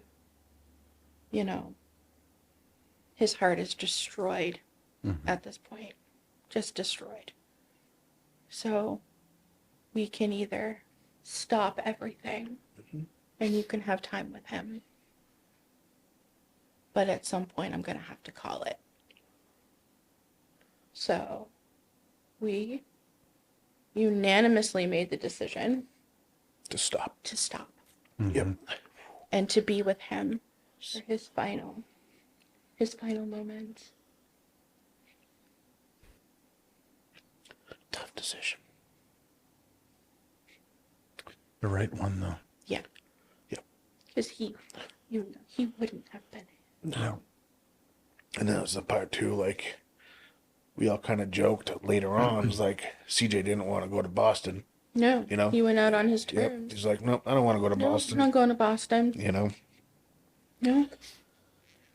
So we all went in and we asked that he be unhooked from Yeah. the tubes, the machines, the beeping. Turn off the beeping. Yeah. 'Cause I don't know about you, but I didn't want to hear Yeah. Yeah. Yep. didn't want to hear it. Yep. So they unhooked all the machines, but they couldn't remove anything from his body. So, like, the blood pressure cuff stayed on. He had a thermometer because they were constantly checking his temperature. Of course. So all that just had to stay, but they took him off the gurney and they put him on a regular hospital bed. Yep. So I was in there when they had moved him, and so I helped them because they had a blanket and everything underneath. Helped them move him to the hospital bed and everything. It was all myself, the paramedics and stuff. We got him moved, and kind of everybody came in at that moment. The doctor said, everybody, come in, be with his last. So, sorry. That's okay. You want me to? So I looked at Jereme Yeah. and I said, we need to say a prayer. And everybody stayed. Yeah, everybody just stopped. Everybody stopped. Whole room. That was probably 15 people in there. Yes. Everybody stopped what they were doing. Yep. Just And kind of took a step back from they CJ. did. We came right in. So the 4 of us are surrounding him. And then Jereme started praying, and every person had a hand on another person. I was holding CJ's hand. We all were around him, touching CJ, and then everybody. See, this is the part, and this is Where everybody was kind of holding on to. It was all around him, we were all touching connected everybody. to him. And I'm not good at saying prayers in front of people. Now at You that know what I point, mean? you're just, And so that's the Holy Spirit. Just, they had asked for a priest, and he wasn't going to be there for like another 3 hours. Right. So they said, she asked if I could say a prayer. So immediately, without even thinking about it, everybody, and honestly, I have no idea what I said. I don't, I don't know what I said. And to me, thinking, right now, it's like that was the Lord through me. That was not me, physically me. That was God speaking through me to everybody in that room. and you said everybody had a hand on someone else. Yeah. The four of us all had a hand on CJ, and then, the nurses had hands on our shoulders, or the paramedic had their hand on the nurse's shoulders, and we were just all connected to him, one way or the other. It's kind of like for me, it was a blackout moment.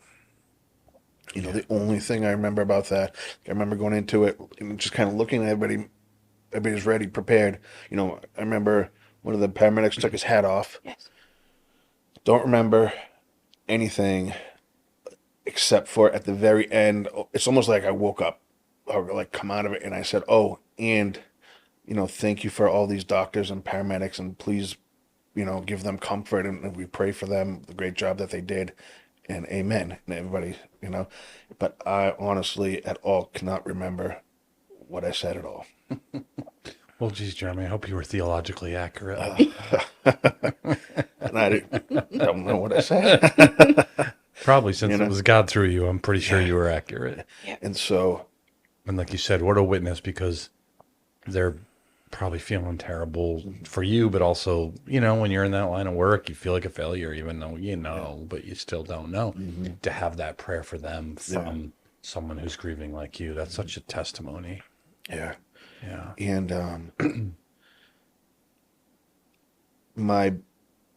I'm always been this way. Like, my biggest thing was I wasn't worried about myself. I was trying to comfort everybody around, Yeah.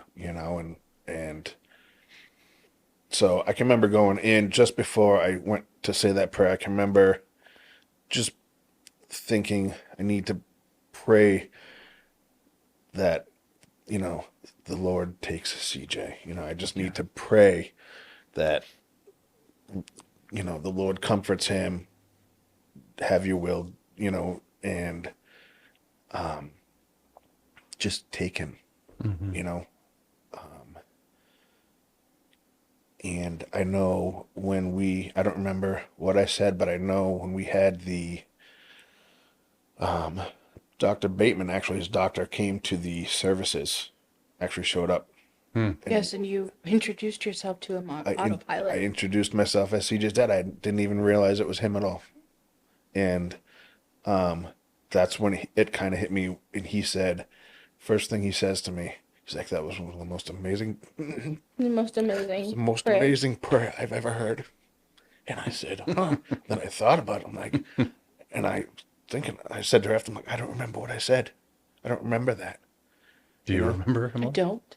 Yep, I don't remember. Don't remember what I said in that prayer. It kind of bothers me a little bit because I would have liked to have known, what did I say? Maybe it will come back to you. And Maybe it won't. yeah. If God wants you to remember, you will. If he doesn't, he's like, Yep. And that kind of part, that really hit me. That's when I knew, like, the Lord spoke through me big time. And I think, I hope. Well, that's like a moment like we were talking about earlier where it's not just a crutch or if it really was, unless you're delusional, in the moment like that, it's going to shatter. Yeah. Unless you truly, you got something wrong with your brain. Right. But just the average human being in a moment of crisis like that, you can't pretend. Yeah. You can't trick yourself. Right. It's either real or it isn't, in my opinion. Others would disagree with me, but I think that shows you there's no way you're doing that if it's not real. Right. You're not even like thinking straight. I mean, you can't manufacture. Right. I wouldn't have, knowing myself, like I said before, you know, I've prayed at our dinner tables, Sure. you know, and so I think it all goes back to, and I think about this when I was younger in my kindergarten, not kindergarten, but Sunday school, you know, I was picked to say a prayer in front of everybody, all the kids in Sunday school. So I did my prayer like we would do at the dinner table. Oh, dear Lord, thank you for this food, just because that's what my grandfather would say. It was all this stuff. So the Sunday school teacher interrupted me in front of everybody and started making fun of me because we don't have food here. All this, I'm like, that's the prayer that I know because that's what we say at home. You know what I mean? Yeah. So instead of just letting me go on, Right. she interrupted, and now I was very embarrassed. And so I think that's one of my. I've always remembered that as far as trying to pray in front of people. I'm afraid I'm gonna say the wrong thing. Well, I can see where that could You know? do a little bit of trauma. Yeah. Yeah. And so Little for kid. me to pray that night and, you know, for me, it wouldn't, I don't think it would have been a struggle to get the words out. I would have gotten stuff out, but it probably would have come out kind of jumbled and I would have messed up words just because my brain was like, Yeah. And no one would have blamed you. yeah, you But- know, Well, and Clearly that he didn't did the happen. work for you. yeah. So, how long did it take for him? Not long. 10 minutes. Yeah, I would say Maybe. probably within 20 minutes. And what were you doing? Holding him, I had his hand. crying, Yep. Just It talking was to him. just the four of talking you at to that him. point. Yep. Yep. Just Yeah. five. Five of us, his Oh, aunt. the aunt. Yep. Yeah. Yep. Just talking to him, you know, crying, touching him, you know, rubbing his head, putting our fingers through his hair, you know, just looking at him, you know. He was definitely, he was at peace. You could see that on him. Mm-hmm. You know, you could definitely see that on him. He was at peace. And we all talked about that as well while we were there, you know. Yeah. He was free, you know. Finally. Yeah. Had no pain anymore, you know. And even though it was like 15 minutes or however long it was, it felt like an hour, which was awesome because I don't want to say it was good to have that time with him because nobody wanted that type of time with him, but it was just good to have no machines, no nurses, no people, just us. Just us. Not even talking to us, just with him. We were just with him. Yep. And I had my head on his chest. yep. You know, I wasn't even there looking to see his last breath or to hear his heartbeat. To me, that didn't matter.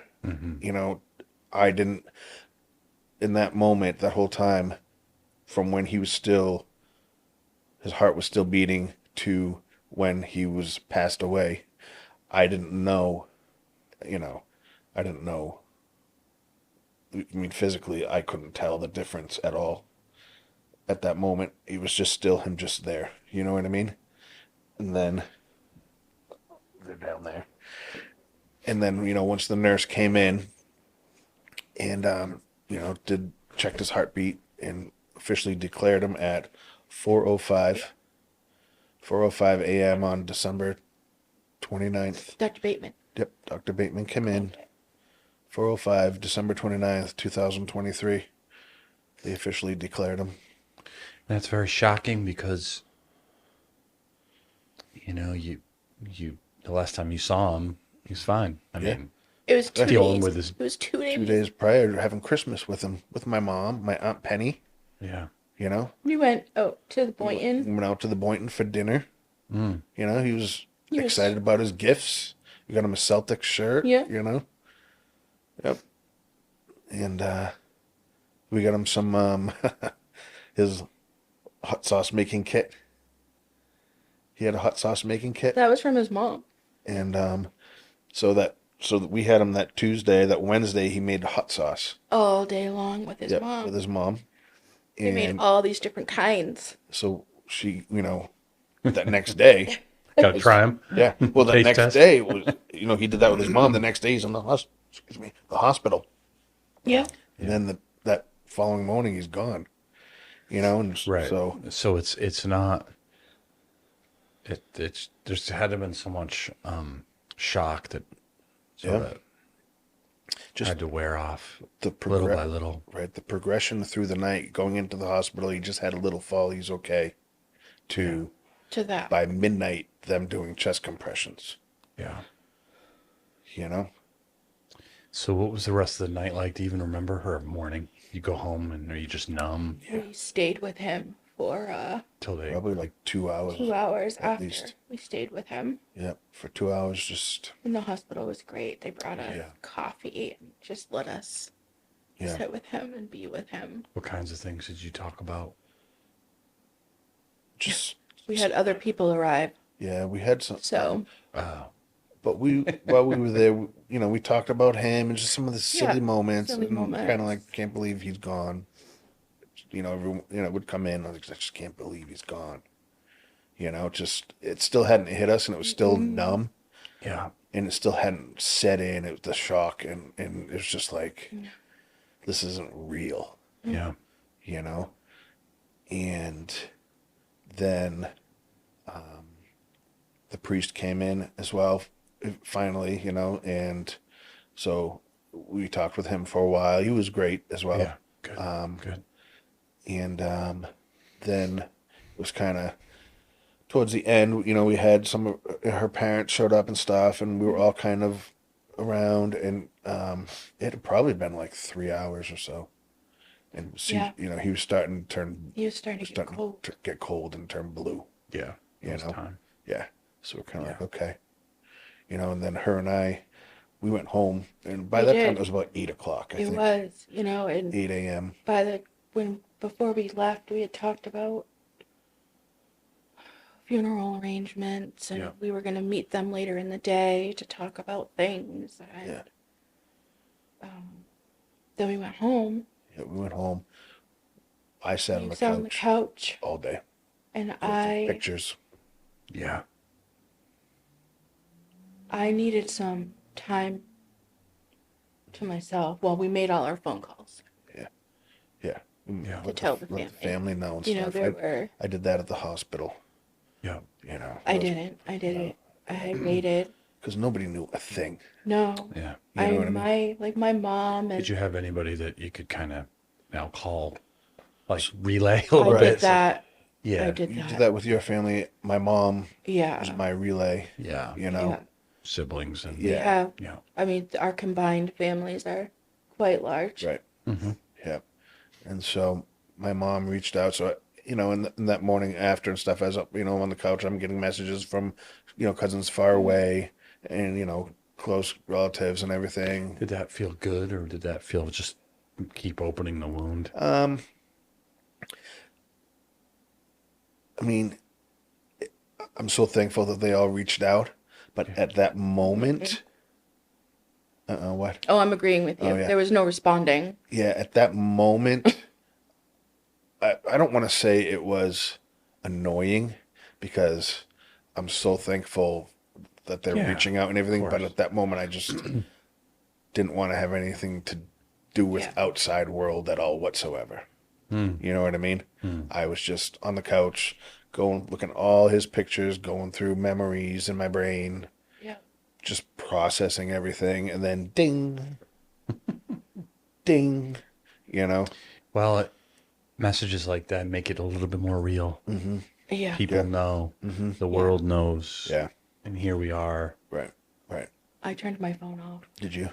I went upstairs, and I just remember crying, and I just remember how bad it hurt. Yeah. It was just painful. Yeah. Yeah. And that's the same thing when I was in the hospital when they were doing chest compressions, and I went off. I didn't cry in front of everybody at the hospital. I went in the corner or I'd go down the hall and I would just lose it, like Yeah. bawl my eyes out. And I've had, loss before, but this loss was, you're sad for the losses previously. This cry was a pain cry. Like I've never had a pain cry like that before. And it hurt. Yeah. In John chapter 11, when Jesus is at Lazarus' funeral, and it says Jesus wept, right? Shortest verse, at least in English in the Bible. If you study the word wept, it means sob. I think we see weep or like you guys are kind of doing right now. Yeah. But and then it says he groaned deep within his spirit, and it was just this like I think what you're both describing. He just lost it. Yeah. And it's like that's why I share it a lot at funerals and memorial services, because it's like he didn't lose it because of Lazarus. I mean, it was, but he knew he was going to raise Lazarus from the dead. Yeah. I truly believe he lost it for like your room, the rooms that death is just going to cause so much pain, and that's why he came, is to get rid of that, is to die so we don't have to. But it was like his enemy. He just felt it at that deep, that within your spirit pain that you describe, Emily. It's like, that's exactly what it is. It's just pain, and it's not like pain like, oh, I hurt my knee. It's like it works so much worse. It's like a soul pain. Yeah, exactly. That's a good way to describe it. A soul pain. Exactly what it is. Yep, exactly. Yep. And I remember being downstairs on the couch, and I can hear her upstairs crying, and you're trying to decide, should I do should I something? go upstairs, Let her go, just leave her be, and even if, I wanted to go upstairs and be with her and console her, but at the same time, you had your own deal going on too. yeah, and I wasn't, at that point, I wasn't crying and all that. I was still pretty numb. Yeah. I was, just the process part. This is kind of my processing everything, Looking at pictures. all that stuff. Yeah. And I really didn't really cry too much from the hospital until we started the services and stuff. And I really cried real hard again. We had his I don't know what you would call it, the After the funeral, get together here We had a downstairs in get-together the church. here. Yeah. And I met you there and we prayed, and Yeah. then I went into the bathroom. I said hi to all my family and stuff. I went into the bathroom downstairs to change, and I lost it again. Were you expecting that? Nope. Not You didn't go to the at bathroom all. like almost when you have to throw up. Like, Right. I guess gotta Nope. go. Went in there to go get changed, Yeah. and I got in there, and it just, Hmm. and I was not So expecting you it. feel like how much time went by between his passing and the services? Was it a week? Was it He passed away a couple days? He passed away on a Friday, and his wake was Thursday, and funeral was that following Friday. Okay. Yeah. So So you went through the wake. You mentioned it with all the kids coming. It must have been a pretty big wake. it was That was a hundreds lot of of people. I always tell people you Yeah. want nobody to show up at your funeral because it means you Yeah. outlived Right. them. Yeah. The younger, the more Right. tragic it is, the Yeah. more people are there. There But were- what was that like? I mean, it's exhausting. Yeah. But was it comforting to know, like, man, look at the impact he made in 14 years? Yes. Or was it like, please get all Yeah. these people out of here? And so, no, it was wonderful because Yeah. we couldn't get any information out of him ever. Yeah. So to see all these people that came in that just loved him and how many souls he touched. right. And for me, going into it, and I told this to Emily, going into his wake, and I told her, I'm like, this is going to be so difficult. This is going to be so tough. Going into it, I'm thinking of how I'm going to be feeling and how everything's going to be.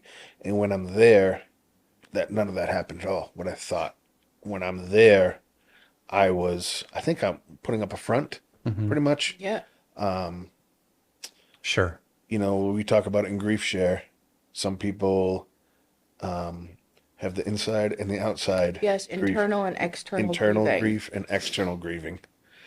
And so when you get me around people, I'm an internal griever. I don't show it.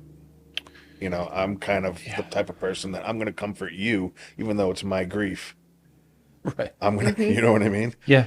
And Yeah. so the whole you know, his whole, you know, hey, you know, I'm Jeremy, I'm CJ's stepdad, and all this kind of Dad. stuff. CJ's dad, yeah, I'm CJ's dad. Yeah. And, you know, I'm like, this is Emily, CJ's stepmom. Mm-hmm.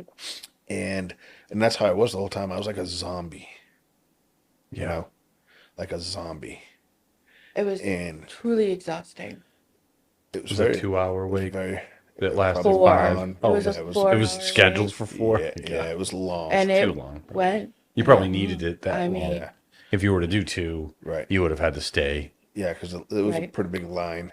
I know Yep. It was a nonstop. Buma's, right? Yeah, It was. yeah, Yeah. yeah.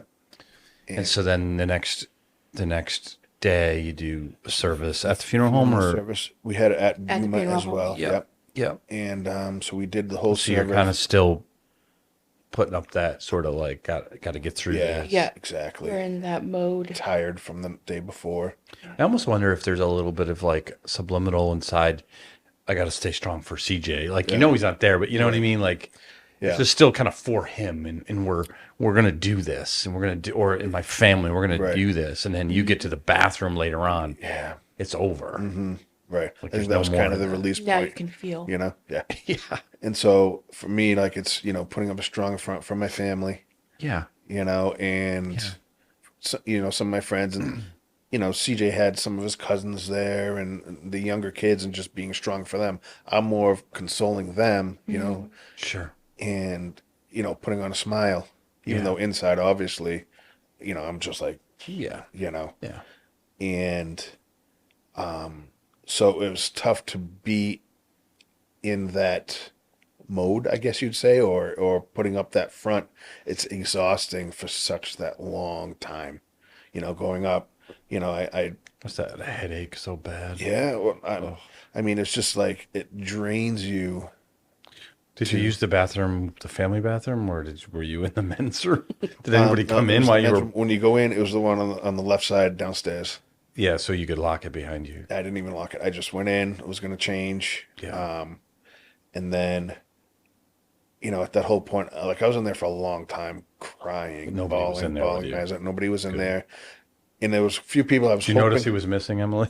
I didn't actually. There was a few did. people who I was hoping would come in, you know, just so I could talk to them. Yeah. But, and then eventually, once I got a hold of myself and, you know, was getting changed, my cousin Tom came in. And he kind of looked at me, and I'm like, yeah, I've been bawling my eyes out in here. He's like, yeah, you know, so then him and I talked a little bit, but it was just kind of, I was kind of like past the point of, you know, I'd gotten it all out. I think you needed that time for you. Yeah. Yeah. Yeah. Yeah. Wow. And so it was, you know, that, to me, that was, like, totally unexpected when I walked in there and did that. And it was so quick. Just to go in there and kind of like just lose it like that. I was not expecting it. What were the next like month or two after like? No. Yeah, it was, you're still kind of you're still numb, Yeah. but, and you're still kind of like, you know, is this still real? Did this really actually happen? Did it happen? You know? And do you have to like clean his stuff up and all that stuff? I mean, I know he lived in both places, but he obviously had a lot of. Yeah. First of all, he had a lot of stuff like any kid. But then Yes. he has to have stuff because he has a disability. I still have his jacket on the couch next to me, you know? I sit there, I'll curl up to that, or just because lifting him up out of the car with his jacket, that's what I felt on my, you know, when I would feel that. So for me, I just kind of hold that, and He was always wearing it. yeah, he's always had wearing that his jacket. green fleece jacket. So I still have that next to me. There's stuff in his room that, I mean, there's still clothes. Yep. we had given him some posters to put on his wall at his mom's house. So she had got those done. That was after did we give him those for his birthday? We gave him those for Christmas. And she had put them up, framed them and put them up. And so his room at his mom's house has his computer, has his everything. Has his everything. Everything in it. Still. You know, stuff that we gave him to. He had his shelves. So it took me a long time to go in his bedroom, go over there. His mom invited us. You went in way before I did. I actually went in the day of his funeral. And I went in with her and I went in with his aunt. And we opened the door and walked in, and CJ was a Star Wars fanatic. Loved Star Wars. And he had this alarm clock. And we walked in his room and the alarm clock started going off. You know, it's the middle of the day on a Friday. Yeah. Wow. There's no alarms. He's at school. Yeah. They all So started it was laughing. very weird. So we started laughing. We were like, CJ, like, what are you doing? Well, another joke. Yeah. They don't seem to stop. And so, Yeah. so they were able to go It in was and stuff. cool. Yeah. You know, I couldn't go in there. So I've only been in his room at his mom's house once since. And it was a while after. It was probably 3 months, 2 months after. yeah. And going in there, I'd seen his stuff in there before. They had just moved to a new house, probably a month previous to him passing. Yeah. So I'd been in his old house, been in his room. Now at his new house, I've been in a couple times. Going in there, looking at all the stuff. It wasn't so much like, it was all cool just checking out stuff. But it was when I went, the only part that really got me is his wheelchair, because I'd have to, push him or whatever in his wheelchair. When I grabbed onto those grips, and then just that brought a lot back. Yep. Just that feels like, and I'm like, this is that feeling I've always had of pushing him in his chair or maneuvering his chair, and it was just that feeling. That feeling really hit me compared to everything else that was in his room. His bed, his pillow, everything. That handle grip on his wheelchair was the one thing that I didn't lose it, but choked me up. Just that feeling of his wheelchair handle grips. All the other stuff I thought was awesome in his room. I loved going on and seeing all those little trinkets, everything. Yeah. Brought you back. Yep. And What was your walk with the Lord like during that numbing months after time, prayer life? it Brought us very close Mm. to the Lord, Yeah. actually. I feel like I found my faith. Yeah. And one of the things, You have CJ to thank for that. Huh? Yeah. yes, Jesus first, but CJ Yeah. second. Yeah, 100%. Yeah. Yeah. We started, I was raised Catholic, and it was on Sunday you do this, and you do this, and you do this, and it was like, okay, Yeah. you do it because you have to. Yeah. Now I want to. Yeah. Yeah. your messages here are, like I was talking to my boss about this actually today. Your messages compared to like Catholic churches, you speak to each one of You us, speak to the people. everybody in the Yes. church, and it feels like it's just me and you Right. talking. Yeah, You know I what was I like, mean? you're gonna say my Well, name in the middle yeah. of your sermon.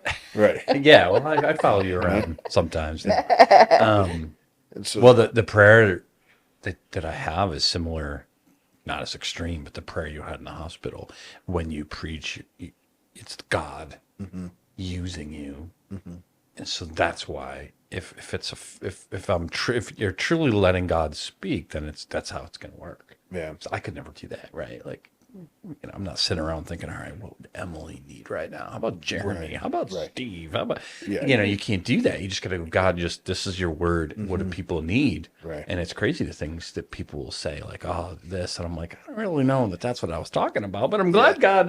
Yeah, and so that's what I would say too. I tell her that I'm like, even though we feel, you're talking directly to us, but yet you could probably look inside the church and every single person probably has that same Yeah, feeling. they're all gonna tell you the same thing. Yeah. Oh yeah, I did that today, or that happens to me this week, or Yeah. something. You know what I mean? So God was doing a lot in it, as hard as it was, as painful as it was. God really was doing deep work for you guys. Definitely. Yeah. Yeah. And And we'll continue to. It's not over. we have our little, do I tell him the eagle story? Sure. So at his grave site, when we did his services at his grave site, an eagle flew overhead. Mm. So, a few of us noticed it, didn't think too much of it, And then she sent me a Bible verse the next day. I don't have it memorized. Is this the psalm? This It is is. Okay. this is I the don't even think it's a song. it's Isaiah Isaiah. Isaiah 40:31. Mm. But they that wait upon the Lord shall renew their strength. They shall mount up with wings as eagles. They shall run and not be weary, and they shall walk and not be faint. And so for me, like that hit so many different things. You sent that to him? I did. Yeah, she sent that to me the next day after Mm. his services because we saw the eagle. And then that verse fit perfect because with CJ's diseases, Mm. He's free. He's walking and not being faint. He's running and won't be weary and seeing the eagle. And it's like, that was kind of, it was like, kind of like eye-opening, like, wow, okay, And then that, I think it was later on that weekend, CJ's mom was at a restaurant in Mendon on the lake, and she Alicante. Alicante. Oh, sure. and we talked about the eagle and verse and everything, and she saw an eagle there. Wow. So it's like, oh, so I'm kind of thinking. So finally, I had gone back to work. I think it had been probably 2 weeks, a week and a half or so. Yeah, we probably shouldn't have. Well, But I needed to yeah. start moving. Yep. Even though I could have sat on the couch for months. Yeah, I know. I needed to get back. And so I went back to work, and I drive truck, and so when I went to my first delivery to this house under construction, I walk around the back of my truck, and I jump up on the machine in the back of the truck, and I look up, eagle in the tree. Yep. And I was like, wow, so, and so I took a picture of it and everything just because I think nobody would believe me, so within those 2 months, up to through February, I saw, I think, 4 eagles. I'd never seen eagles in my life, really, at all. I know. Not easy to spot. Yep. And so for me, it's like, the Lord's telling me, I got CJ up here. CJ's okay. Just kind of show. And I got you throwing too. an eagle. Got you. Yep. Yep. And so now when I see an eagle, it's comforting. Yeah. The Lord's telling me, it's weird because you see it all the time now. I see a truck go by, the eagle dumpsters. I never thought of that before. Or eagle plumbing. Tell the story from when you were driving back from New Jersey. Oh, so I was on my way down to New Jersey driving, and I was on the phone with her, and I saw an eagle. So I'm like, oh, and I was telling her about it. I hung up with her, and I look across the highway, and there's a box truck and big red letters on the side that says, Jesus is God. Whoa. Big, like the whole side of the truck. It was white with big red letters. And I'm like, wow, It's, I don't know, one of the first podcasts I did with Grace Brown, who lost her brother tragically.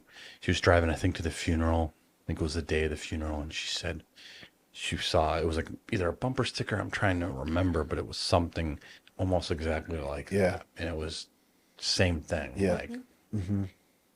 Like you're so much more in tune to the spiritual realm of what's happening. Right. We almost don't want to lose that. You want to lose the rest of it. Yeah. The rest of the the pain. thing is, too, is, people think about miracles or like when I see an eagle or something, I consider that a miracle. Yeah. In my eyes. And people expect miracles to be this big, my grandfather that has polio, all of a sudden he's healed type of miracles. Sure, that is, but there's right. Yeah. But it's the smaller things that are really actually the miracles that keep you going. Just seeing those little things, there's so many different, like we have, we got notes from CJ's bus driver. These are kind of little miracle things. After CJ passed, the bus driver left us notes about CJ on the bus with his other friends. They have disabilities or in wheelchairs. Yeah. He would talk to his friends on the bus, and then one of the kids was like, "Oh, I always wanted to play football." you know, and now I can't play football or anything. You know, CJ kind of, this is the teacher wrote us, the bus driver. Yeah. CJ says, well, you can still, Yeah. you can Well, why still not? join the team. Why not? You could do the water boy or write down the stats and all this stuff. And that was kind of his mentality. And it's like, that's stuff that his parents never heard of. Yeah. Because he would never tell us that. An encourager. Nobody from school ever said anything like that. Yeah. So to get these notes later on of, you know, these stories of CJ, you know, I look at those as little miracles too. You know? Yeah. He Yeah. raised a good little boy. Yeah, he was very good, He's a good boy. well-behaved kid. Yep. So now you're almost, well, you're not a year, but you're 9 9 months. months. 9 months. Yeah. So what has God been doing now that you're kind of, you know, you're still carrying a huge hole? You always will, Yeah. but time gives a little bit of perspective. What do you think he's doing in it? What has he done? Definitely, I know, especially with Grief Share as well. We started doing Grief Share, but I've definitely been, I don't know when I say feeling healed, but I've definitely been doing a lot of healing. And what's been really good for me too is I've been really concentrating, really try to spread the word and get other people to come Well, to you're church. talking to your boss and I Yeah. was talking to my boss. We have friends Which at our we've done. campgrounds. You know, my mom just joined. yeah, My Yeah. brother. Glenn. Yeah, Glenn's Yeah. gonna get baptized. Yeah. Yeah. That's a secret. It's a secret right now. Well, Edit. Stevie can have time. Well, no, this will go out. Yeah. it'll How be long is it later going to on. be a secret? Right. 'Cause Right. This is, you got at Yeah. least 3 or 4 weeks. And so we have our friends, our friends at our campground. So we got a campsite, a seasonal campsite. We really did it for CJ to be able to get around, and he knows people at the campground. Yeah. Yeah. And so we moved our campsite down to an area where it was more flat, easier access for him. And we moved down that way, and the people around us go to a church in Uxbridge as well. And Yep. They go to Live Song. it's nice to be surrounded by Yeah. like-minded Oh, yeah. people. It's Yeah. it's refreshing. It is refreshing. Yeah. It's almost like, you know, through my 20s and into my 30s, not going to church as much as I do now, you don't see those people. Mm-hmm. You know what I mean? Mm-hmm. And now, for like the last 6 months, those people are popping out everywhere, you know, and nobody's afraid to talk about the Lord, Yeah. you know? Yeah. It's not something that, you know, I don't shy away from at all anymore. You know, whereas before, it's kind of like, you know, oh, I believe and, you know, this and that, but it's not like, you know, it's kind of like, who was it that denied Christ? What was it? Peter. Peter. Yeah. It's not that I denied him. No. It's just that I wouldn't Speak up. And, speak up and yeah. out Right. about it. You And know, now we're like, tell me about it. Yeah. Tell me about where you go. right? Tell me about everything. And it's like, I'm just want to pick people up and just drag them to church. You know what I mean? It's like, just show up. Come on. You'll Yeah. feel You know? better. Yeah, you'll feel Well, you've better. also sort of earned in people's minds, perhaps, the right, if they know your story and they know what you've been through. Yeah, It's like hard for someone to be like, oh, you know. right. Yeah. And for us, her and I as well, we're still growing in the Yeah. church as well. We have a lot of growing We have a still lot. left to do. Yeah, so, I've uh, never, What's that? So do I. Yeah. Well, yeah. I mean, I don't think you ever stop. Yeah, no. You know what I mean? No. But But, we are so young we are. in this church. I've never like read the Bible. Yeah. I don't know. Well, you know Isaiah 40. I do. Yeah. But that's something, you know, that I want to explore. You know, I want to join a small group. I want to, Yeah. you know, I want to grow my faith, you know, as Well, much Grief as I Share, believe. I know it's not a small, like a typical small group, but Yeah. yeah. Right. But that too has been wonderful. That's been Not that awesome. we You want anybody. You would recommend people who are going through grief. Everyone goes through grief. Yeah. Yes. Eventually. Yeah. As long as you live long enough. I would recommend people who went through grief 10 years ago to go. Especially guys, because it tends to be a woman dominated situation. I think Guys that like to be like, hold everything in. We're strong. We're tough. Your internal Yeah, grievers. internal grievers. That's what we do. We're Yeah. strong. We're tough. Yeah, we I have to don't self cry. medicate. And Yeah, and then, but that really only affects you in the long term. of course. You know what I mean? Yeah. Well, I think that's one of the reasons to have you guys on the podcast so people see and hear your story and say, okay, if I've been through something, even if it's not as bad, Yeah. I don't think there's anything worse than our kids. I got 2 kids, and just hearing your story, I'm just like, no, Lord, never. Right. Please. Right. Yeah. But even if it's a parent or a spouse or a sibling, we all go through that. And to hear your story and to hear that God does walk you through it, and to see what you did, like your prayers, your trust in Him, and now your willingness to go to Grief Share. Yeah. And when we first started, Emily was going to go to Grief Share previous. I was. I didn't really want to go because I'm like, You're a guy. I don't need to talk to anybody. This is my third. Yeah. I don't need to talk to anybody. I'm fine. Yeah. My third round Yeah. and I'm finally going. Right. The first one was right after CJ passed, and it was, I think they Too were soon. 6 weeks in. It's almost, yeah. You It's know, almost too much. and then it was just, I just can't even. Yeah. Like, I know probably eventually I'll want to, but right now, I just can't. Yeah. I don't have energy Yeah. to do. Like, I barely have energy to go to work every day. Yeah. I don't have energy for anything else. Like, just that is a struggle. Yeah. And then I signed up for the one in the spring, and my gallbladder decided it wanted to come out. So that happened, and then I had to have another surgery after Complications from that, and I had got an infection, and it just wasn't. Kind of like a few weeks had gone past where she would have missed a whole bunch of it. Yeah, and it just wasn't. Wasn't right It at wasn't that time. And right. so then It wasn't by the right. time it was right, I decided, I'm like, okay, Yeah, I'll go. It's like, we're gonna go, You know? and we, Yeah. we It's- are, and it's Yeah.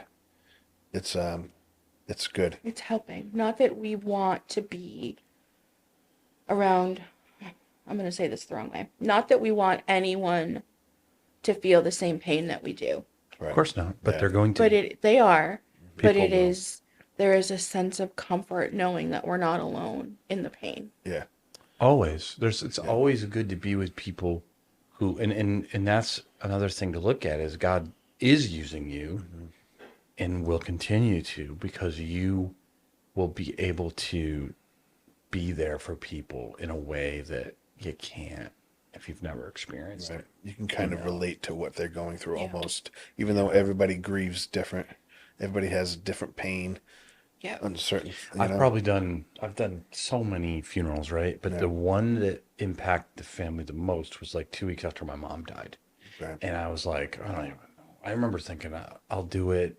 Like, I didn't know the family, and I often will do those. Yeah. And I was like, all right, I'll do this. I wasn't in the mood. But I mentioned in my message, some of the things I was feeling. And I didn't really think much of it. It was a way to kind of hopefully communicate some comfort to the family.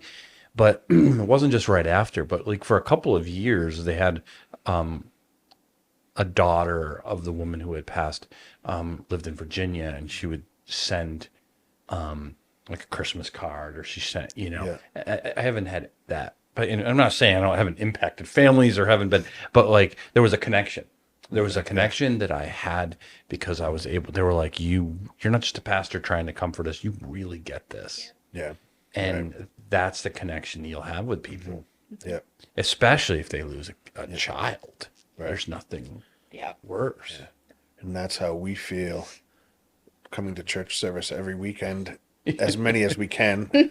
That's how we feel about you with your messages, that it's almost like you understand the people that are there. You get us because, you're us. Yeah, Right. exactly. You know what I mean? Right. It's not like you're up there No. saying what you have to say. It's that you're up there, like you said before, the Lord is working through Right. you. Right. What do you need? And then I need it usually. I'm just as convicted. Yeah. More so sometimes.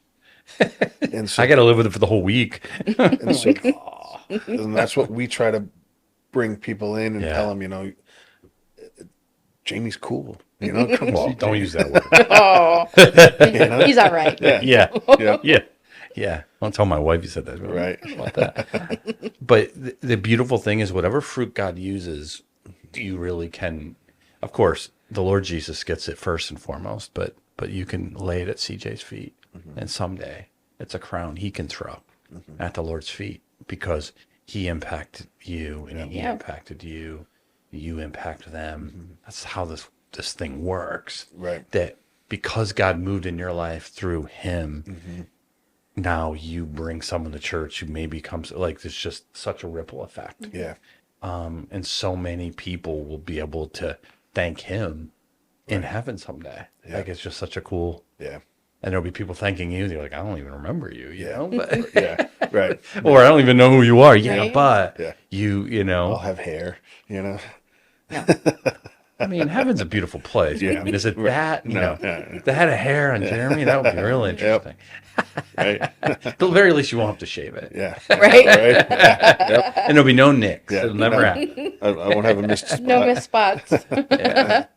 Yeah. Well, again, thank you guys so much for telling your Thank you. story. Thank you Thank for you for having having us. us. Yes. Yeah, and just the hope is that, again, you may find people come up to you, and just be ready for that after this episode comes out, and just like, I've been through that, or it's happened to me. All these episodes, people, that happened to me. I felt like that. I felt like that. And I was like, wow, you know, there's so much pain, and yet God just makes so much beauty out of that pain. He really does, because he's God, you know? Yep. So thanks again. Appreciate it. And can't wait to Thank see you.